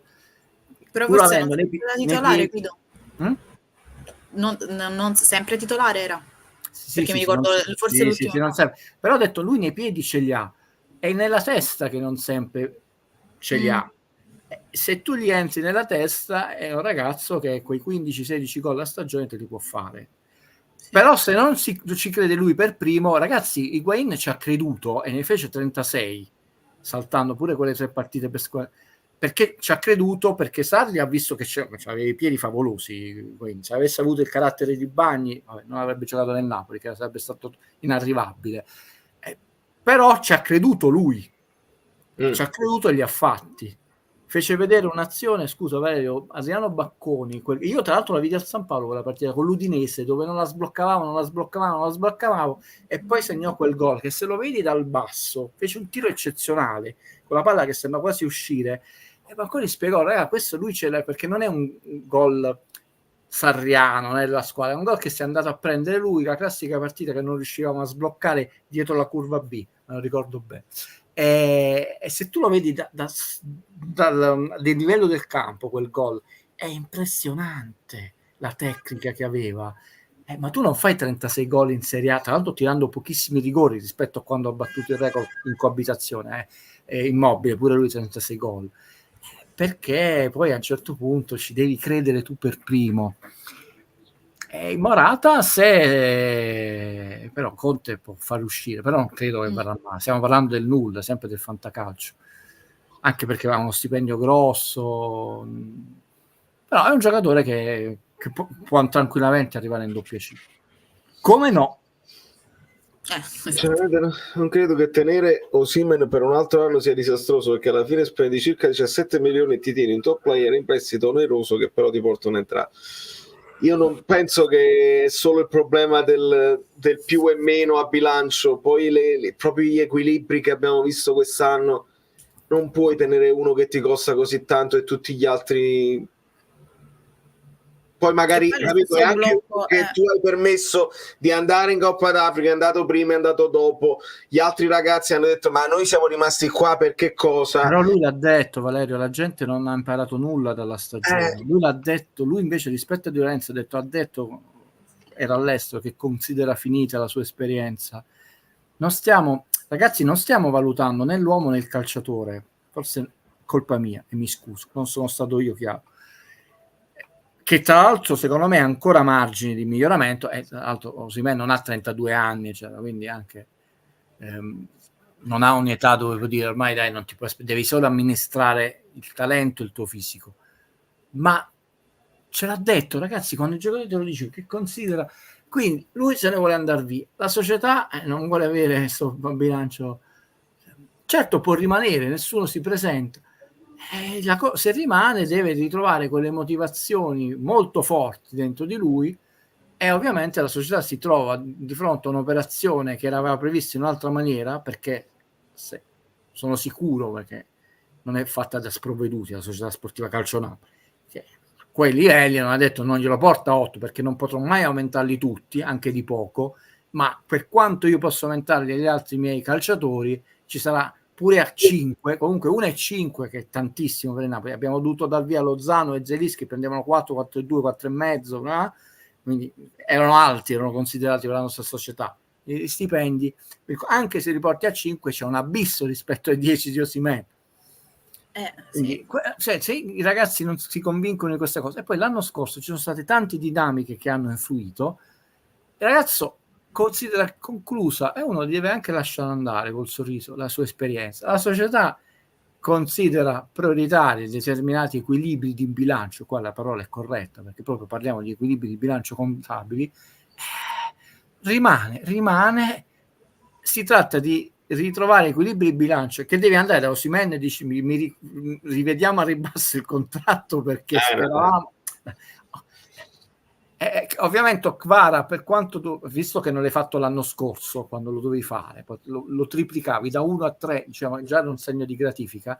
Adesso quello tu puoi dire, mi voleva il Paris Saint Germain a 9, quello gli dai 8, io sto rimanendo ma non rimango a 4, a 5, no, voglio 5,5 più bonus, ma però quegli equilibri di bilancio diventano complicati, quindi calcisticamente non lo stiamo discutendo, stiamo discutendo però di calcio, sono due cose un po' diverse, e nel calcio devi far quadrare i conti non solo contabili, proprio anche di equilibrio di squadra, di spogliatoio e di dinamiche emozionali. Poi il ragazzo può rimanere e trovare un entusiasmo che vince per 2 anni la classifica dei capocannonieri, ma noi saremmo tutti contenti. Però è un se. Anche perché secondo me da un punto di vista caratteriale secondo me si prende bene con Conte, cioè li vedo emotivamente sulla stessa linea d'onda. Figurati, da quel punto di vista, figurati. Però Conte è stato chiaro, in questo non possiamo dire che ci ha buttato... No, assolutamente, sì. No, io, infatti, cioè, come alla fine ha analizzato più volte Vale, secondo me questo accordo di rinnovo era fatto proprio sulla base che la società lo sapeva che Osimhen voleva andare via. E giustamente era un modo per non perderci in nessuna delle due parti, in un certo senso. Vale, per Conte Osi è perfetto, uno che non si risparmia mai, cioè uno non è un problema tecnico, assolutamente, non è un problema tecnico tattico, assolutamente, è proprio una fisicità strabordante, progressione, cioè però il compito di Valerio, tuo, mio, cioè, è non illudere le persone, perché poi ci rimangono male. Noi non diciamo siamo contenti che se ne va, però secondo me è un'illusione, secondo me. No, figurati, contenti no, perché poi dal punto di vista tecnico avere uno come Osimhen le partite te le spacca, non è quello il problema. E cacchio, Conte... Il problema è che ti può spaccare anche tante altre cose. Conte oggi ci ha fatto capire una cosa tosta. Kvara rimane, che non significa che Kvara rimane, significa Kvara, io ho messo il veto, significa che metti che partisse e lui è uno che lo fa, può anche dire signori buongiorno e buonasera, perché lui il primo motivo lui ha detto no, rimane, Auriemma ha incominciato a fluire, stai parlando del rimane, punto, perché lui si saranno parlati e ce l'ha. Poi la gente, non parlo di voi, si lamenta, ma quando un allenatore parla chiaro, senza sofismi, senza ammiccamenti, proprio in maniera più netta, semplice, definitiva, così, che non significa che le cose non possono... Suosi è stato netto, definitivo, sereno, senza, dobbiamo apprezzare, alimentare polemiche, mi piacerebbe, tutti vorremmo ha detto: la società con me è stata chiara e io l'ho accettato, punto. Che poi infatti sulla scia delle polemiche, perché adesso non mi ricordo chi aveva fatto la domanda, forse Monica Scozzafava, non mi ricordo, adesso su determinati giocatori che avevano espresso la volontà di andarsene, senza fare nomi ovviamente, e Dalla Laurentiis ci ha proprio tenuto a sottolineare questa cosa, ha detto: tu sei stata signorile come al solito, ma ve lo dico io chi sono, non vi preoccupate. I due soggetti, il ragazzo del... Sì, perché De Laurentiis con la dottoressa Scozzafava non è mai entrato, è stata anche addetta stampa del Napoli, nel primissimo Napoli, e devo dire che è una di quella che si è sempre tirata fuori da una certa arena di malcostume del giornalismo, quindi potrei sbagliarmi, perché poi non sono un santone, carina la mia memoria, ma non ricordo da parte sua frecciatine, sgammetto, un paio di volte tesoro mio, quello oggi ha evitato, e quindi c'è sempre stato questo rapporto, oltre che professionale, di reciproco rispetto. Lei è stata seria ma rispettosa, vedete, basta dire una parola in meno per non voler. De Laurentiis comunque gli ha voluto fare quel nome, ma tutto si è svolto in maniera garbata, come noi spesso auspichiamo e vorremmo vedere di più. Però infatti qualcuno, credo che proprio da te Valerio, ha scritto, no? Non sono andati né Golini né Modugno. È vero.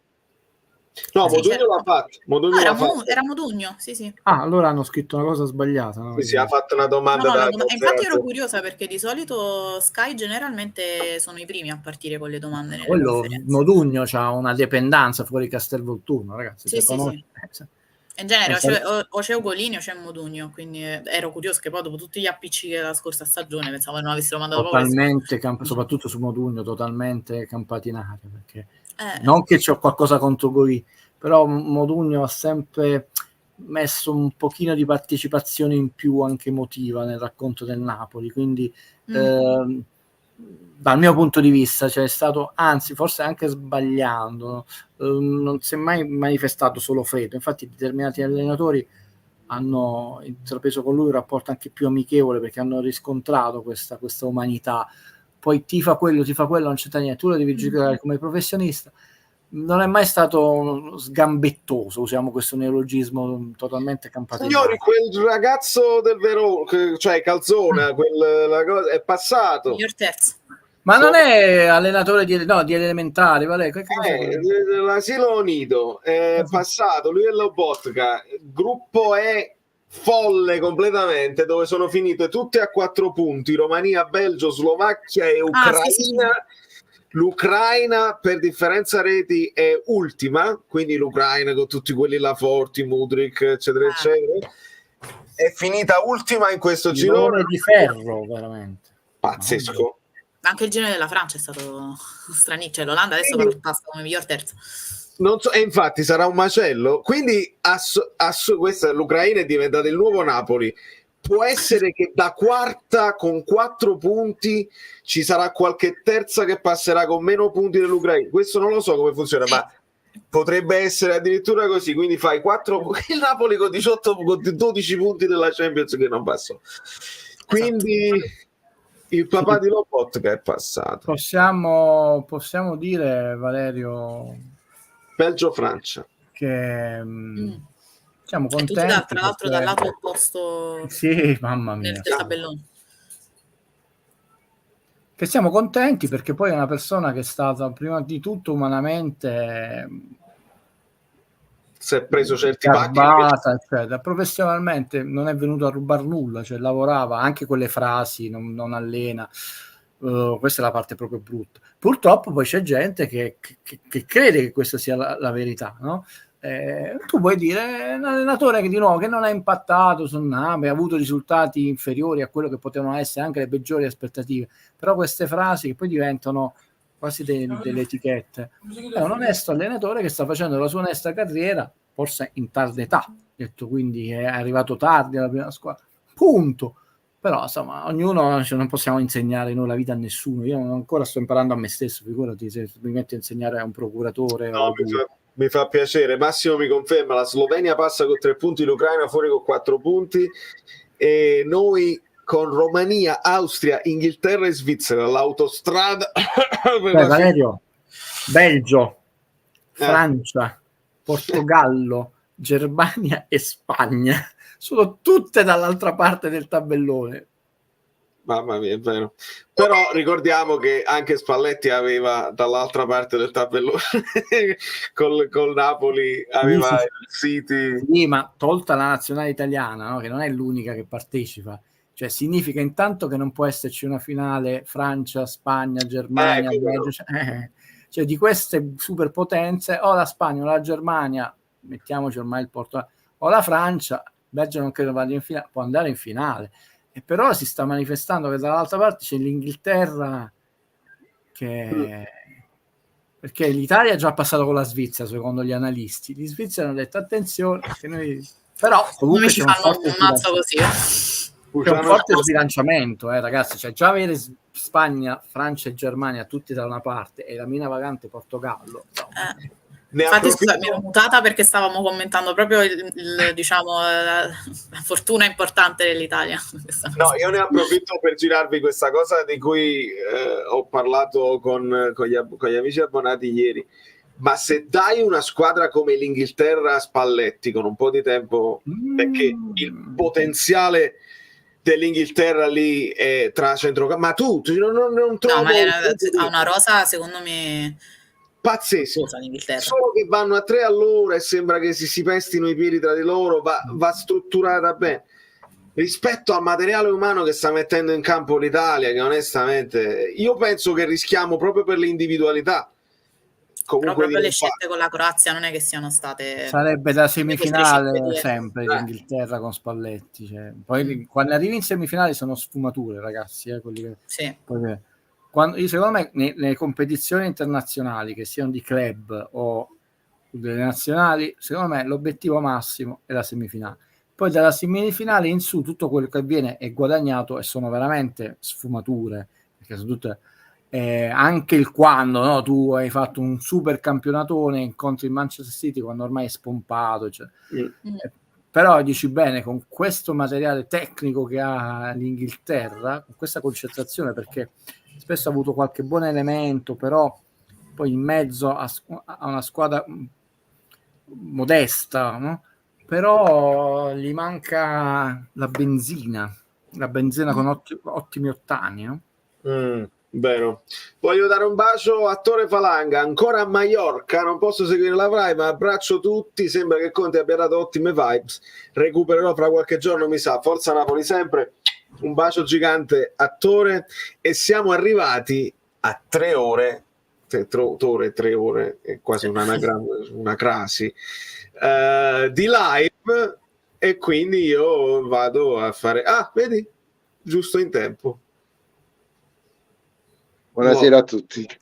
L'ottimo Fabio Versatile, il nostro addetto stampa. Fabio, le linee dall'altra parte è sbagliato, le linee devono essere bianco-nere così. No, e questo è umbro, è un rombo. Non va bene. Capisci?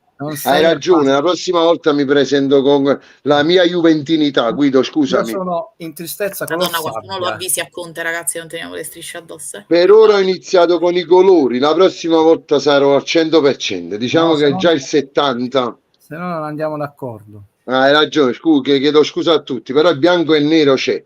Diciamo, già ho iniziato l'allenamento, diciamo così. Io voglio avere voce in capitolo. Prego. Bella frase. Aiutatemi. Vale, però si va a chiudere in uno sgabuzzino e non esce per tutto l'anno, perché ma soprattutto dopo gli applausi, capito? Soprattutto dopo quegli applausi finali non so se erano per la domanda di Umberto oppure magari per la risposta di Conte, devo decidere. Sì, quando ha detto perché se Napoli deve diventare la meta e non di passaggio. Sì, quella è una bella cosa. Fabio, non so Quello se sia, no. Fabio, non so se sia vero o meno, quindi ragazzi, quando premetto sempre, quando però c'è questa leggenda metropolitana, ripeto, va accertata, che lui fece fare una sorta di pre-filtraggio allo spogliatoio proprio a Torino, alla Juve, per dire qua ok, qua sta, però fino a questo punto, da questo punto in più, da questo muro non entra più nessuno, solo io e i giocatori. Non so se parliamo della Juve, non so se noi vediamo Paratici, però. al San Paolo, mi sì, sembra. che al San Paolo qualcuno con la cazzola, la malta, ad alzare un muro di prefiltraggio prima dello spogliatoio, un po' come James Bond, no? Che c'è il semaforo e Moneypenny ti fa entrare o meno, e lì c'è sempre la luce rossa, non può entrare nessuno. Però ve la butto a mo' di leggenda metropolitana, però pare che sia vera questa cosa, che lui creò delle zone qua, ok, mix gioco qua, qui nessuno, manco la società, cioè questa è solo l'area sacra solo dei giocatori e dell'allenatore. Ma sai, secondo me me l'ha ricordata, per dire, io voglio Tore Borghese, chef. Stavo cucinando in effetti, comunque. Pero aquí no es Londra, aquí es España, hombre. Sì. ¿Ves? La figuera in Mallorca. Estás a Palma entonces. Qué bueno, qué bueno. E nulla, volevo soltanto salutare un attimo tutti e volevo solo sapere se c'era stato veramente qualcosa di eclatante o semplicemente vibes positive date da Conte o tutto qui. Valerio, top 10 per la location. Sì, il tacchino è pieno, credo. Il tacchino di Valerio credo sia pieno. La cosa più bella è questa, è la trasparenza. È un anno di trasparenza. Ma quindi sulle magliette non abbiamo più da... No, forse... Ma fatica, sabato dopo te la mando. Già hanno fatto una cosa, te la mando dopo. Sono uscite già le maglie con Amma Fatica, dopo te la invio. No, quella l'ho vista, quella è bella, ma praticamente ormai non c'è manco più da lavorare sulla prima, perché la prima è stata spoilerata alla fine, no?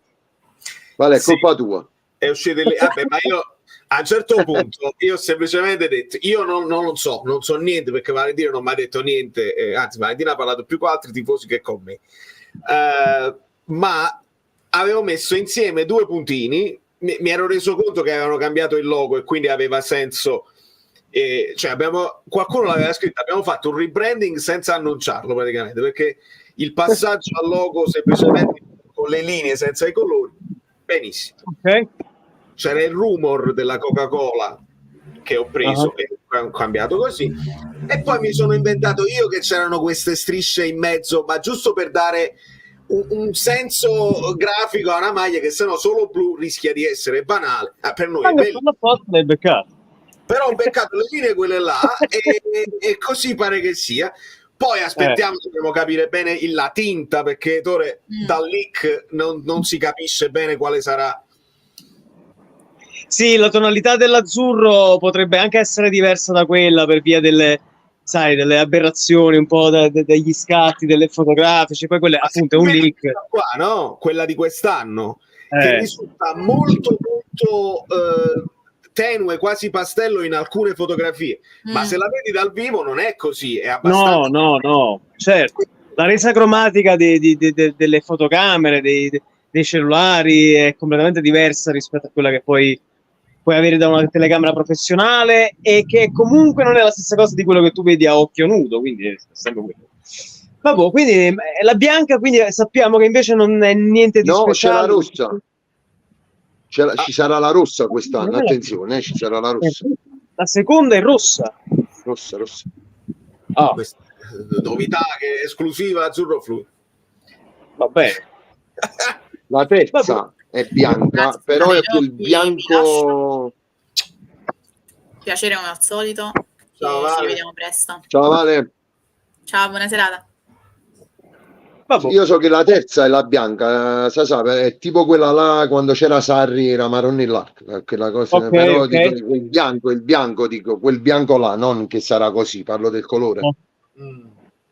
Vabbè.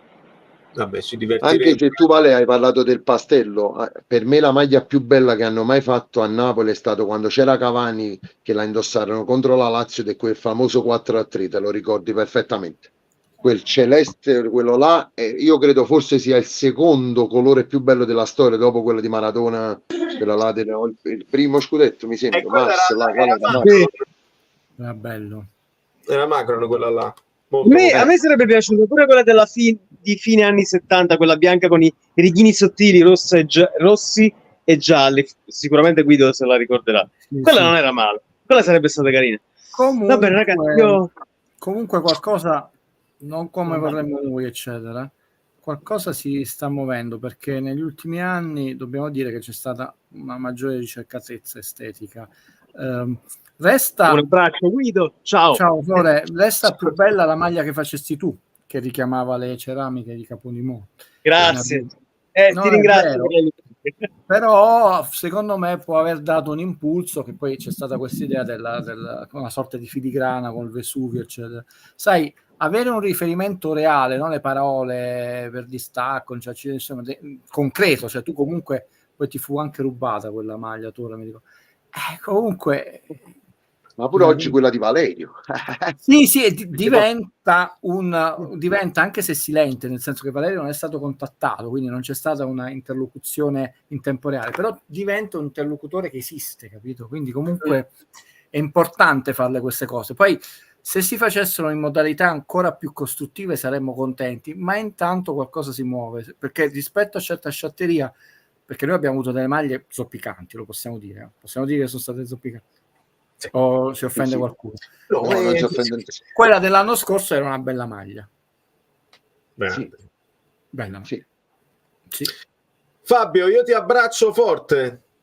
Volevo solo fare l'ultima domanda a Guido, ma una curiosità mia personale proprio, altrimenti poi tu prima citavi il fatto della sacralità, eccetera, eccetera, cosa che è successa ovviamente con Giunto le Spalletti e sappiamo poi, diciamo, come è andata a finire. Ora non voglio fare nessun tipo di paragone, però la mia domanda è più una preoccupazione, perché tu lo sai, io sono preoccupato da quando già penso a giugno dell'anno scorso e tu mi sei testimone. Però questo fatto che Conte abbia rimarcato e dire, quando ha detto il presidente lo sa che io voglio avere voce in capitolo, ecco, secondo me la frase chiave è questa qua di tutta l'intervista, ma ti chiedo, queste parole sono dettate da un loro accordo o veramente Conte ha lanciato un messaggio? No, ha lanciato un messaggio ed è un messaggio molto tosto, perché che va totalmente in contraddizione con tutto un certo tipo di narrazione e quello che noi abbiamo vissuto, nel senso che tu sai che quando incomincia a essere troppo forte nell'immaginario collettivo l'espressione Napoli di Sarri, che comunque rimarrà anche se non ha vinto, si dirà Napoli di Sarri come il Napoli di Spalletti, Houston abbiamo un problema, e quella comunque è la Juve di Conte, quello dovrà essere il Napoli di Conte. E Conte, visto che tu mi hai chiesto questa cosa e noi sappiamo benissimo che dei temi ricorrenti allenatori e giocatori, anche c'è ricaduto anche Spalletti, sono stati non ama Napoli, se ne va per soldi, le marchette, ma come c'è il Vesuvio e non ama Napoli, non è stato permeato da tutte queste cose della napoletanità. Conte ha detto c'è mia figlia in sala, perché mai nessuno che lo difendeva diceva Sarri, però la tua famiglia è rimasta a vivere là. Mai vennero all'ultima partita quando lui si è preso l'inchino da parte dell'applauso e si è inchinato nei confronti della.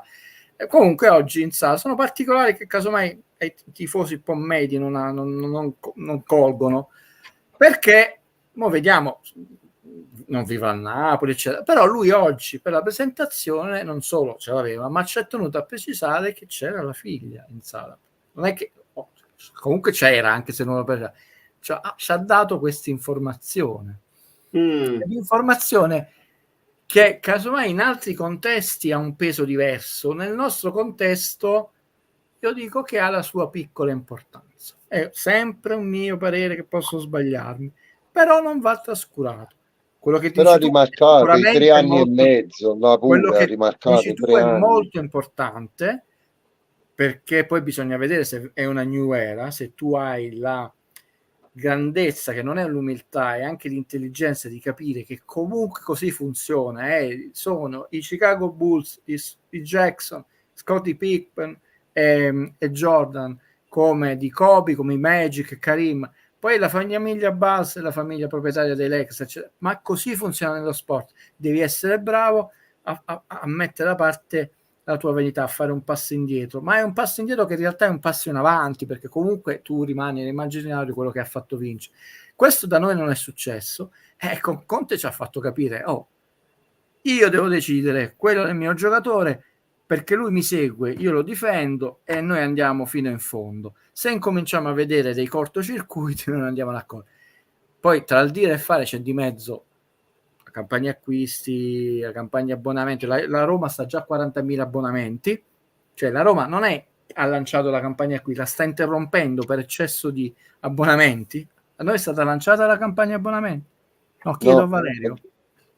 No, è 15 luglio. Chiedo al mio addetto stampa. Non No, lo sappiamo, era luglio. domanda retorica. Cioè, Valerio aspetta la maglia e c'ha ragione, però per dire, la Roma già può contare su 40.000 persone sempre presenti, farà quest'anno di nuovo sold out. Quindi tra dire male c'è di mezzo tante cose da fare, oltre che il mercato, gli allenamenti, Di Maro, la Coppa Italia per la prima volta dopo tanti anni ad agosto. Noi seguiremo tutto con attenzione, però Conte ha lasciato la Juve, per quanto non è che non nasce in Napoli se le cose non gli piacciono, nel senso, che è uomo del sud, però la carriera che lo ha reso grande e famoso, prima come allenatore, poi quando ha cominciato a vincere e alla Juve, a Napoli può diventare leggenda. Come tifosi, quello che possiamo sperare, perché e casomai noi l'auspicio, ma è un desiderio, un auspicio, che uno step anche di miglioramento della carriera di Conte, che non può essere quest'anno purtroppo, che incomincia a diventare più incisivo anche nelle coppe internazionali. Sì.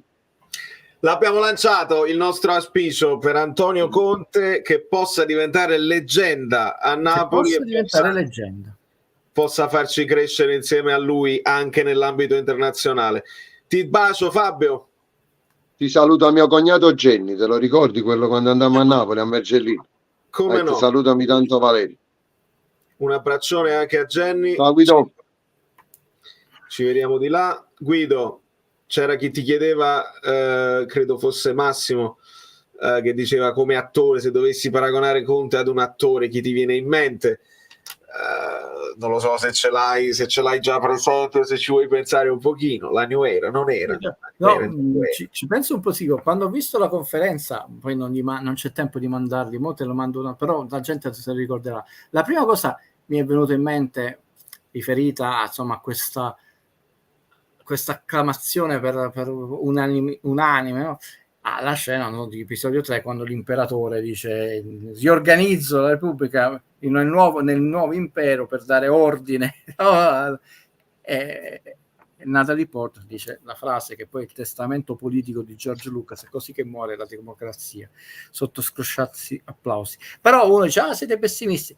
Siccome poi il finale è stato un po' in crescendo, è facile, no, ricordarti, no? Com'è il finale di Rocky 4, no? Lui dice: io sono venuto qui, non vi piacevo, ma manco voi mi piacevate, no? Sì. Però poi ho capito che se io posso cambiare, voi potete cambiare, tutto il mondo può cambiare. Ecco, ma sì, forse questo è veramente l'inizio della nuova era, o forse De Laurentiis, sapete, non intendeva la come un'era storica, cioè, ma come la dea dell'antico Olimpo, chi lo sa, poi forse abbiamo capito male, era come Afrodite, no? Zeus era o Giunone, a seconda se poi uno vuole dare i nomi latini o greci, poi lo scopriremo. Certo, l'anno scorso è stato un boomerang questa New Era. Su Conte ci devo ragionare un po', perché da un lato caratteriale ti può venire in mente anche tipo il sergente di di Full Metal Jacket, no? Che non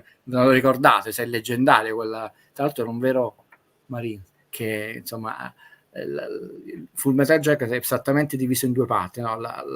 L'addestramento e poi quando si trasferiscono purtroppo fintamente in Vietnam. Allora questo sergente di ferro, la prima cosa, anche se non è un attore noto, siccome invece dobbiamo scegliere un volto noto, ci penso molto. Però come idea, no? Il vomito, gli allenamenti, Sì. che poi lui oggi ha smitizzato, no? Tutto questo immaginario, la prima cosa che ci può venire in mente è il sergente di Full Metal Jacket che insomma è un martello, ecco, quindi, comunque non volevo scontentare il nostro amico Bellino. Poi, come no, non è certo un De Niro, come volto ci penso un attimo, quindi questi i compiti per casa. Però se il mondo può cambiare, io posso cambiare, insomma, se voi potete cambiare, io posso cambiare, tutto il mondo può cambiare, la new era, avevamo solo capito male noi. Guido Gentile, che ringrazio sempre, a presto. Lobo MVP, la prendiamo in considerazione, e volevo rispondere nel finale all'amico Francesco Angelino, poi c'era anche Giacomo che era entrato dopo. Io mi rendo conto che non tutti possono essere sempre a disposizione di quando io parto con la live. Sono arrivato adesso, farei un riepilogo della live, un video sulla conferenza. Amico mio, ti ha risposto Angela? No, mi sa che ti devi riguardare questa live, perché credetemi è interessante, perché oltre all'analisi mia che di solito faccio più o meno precisa, così, ci sono inviati che ci hanno fatto entrare all'interno di Palazzo Reale, all'esterno, abbiamo visto l'arrivo delle macchine, l'uscita delle cose, il nuovo taccuino. Quindi dovete guardarvi tutta la live e non dovete pervenire, perché poi ci sono gli spunti della community che mi fanno riflettere, e quindi vi dovete guardare tutto. Vi bacio, vi abbraccio, in attesa della maglia di Oriali e del mercato che ci farà capire meglio quando e dove Conte vorrà intervenire sui giocatori, così capiremo anche qualcosa sul modulo. La sigla, forse una delle ultime volte che poi la sigla. Ciao, da New York, like.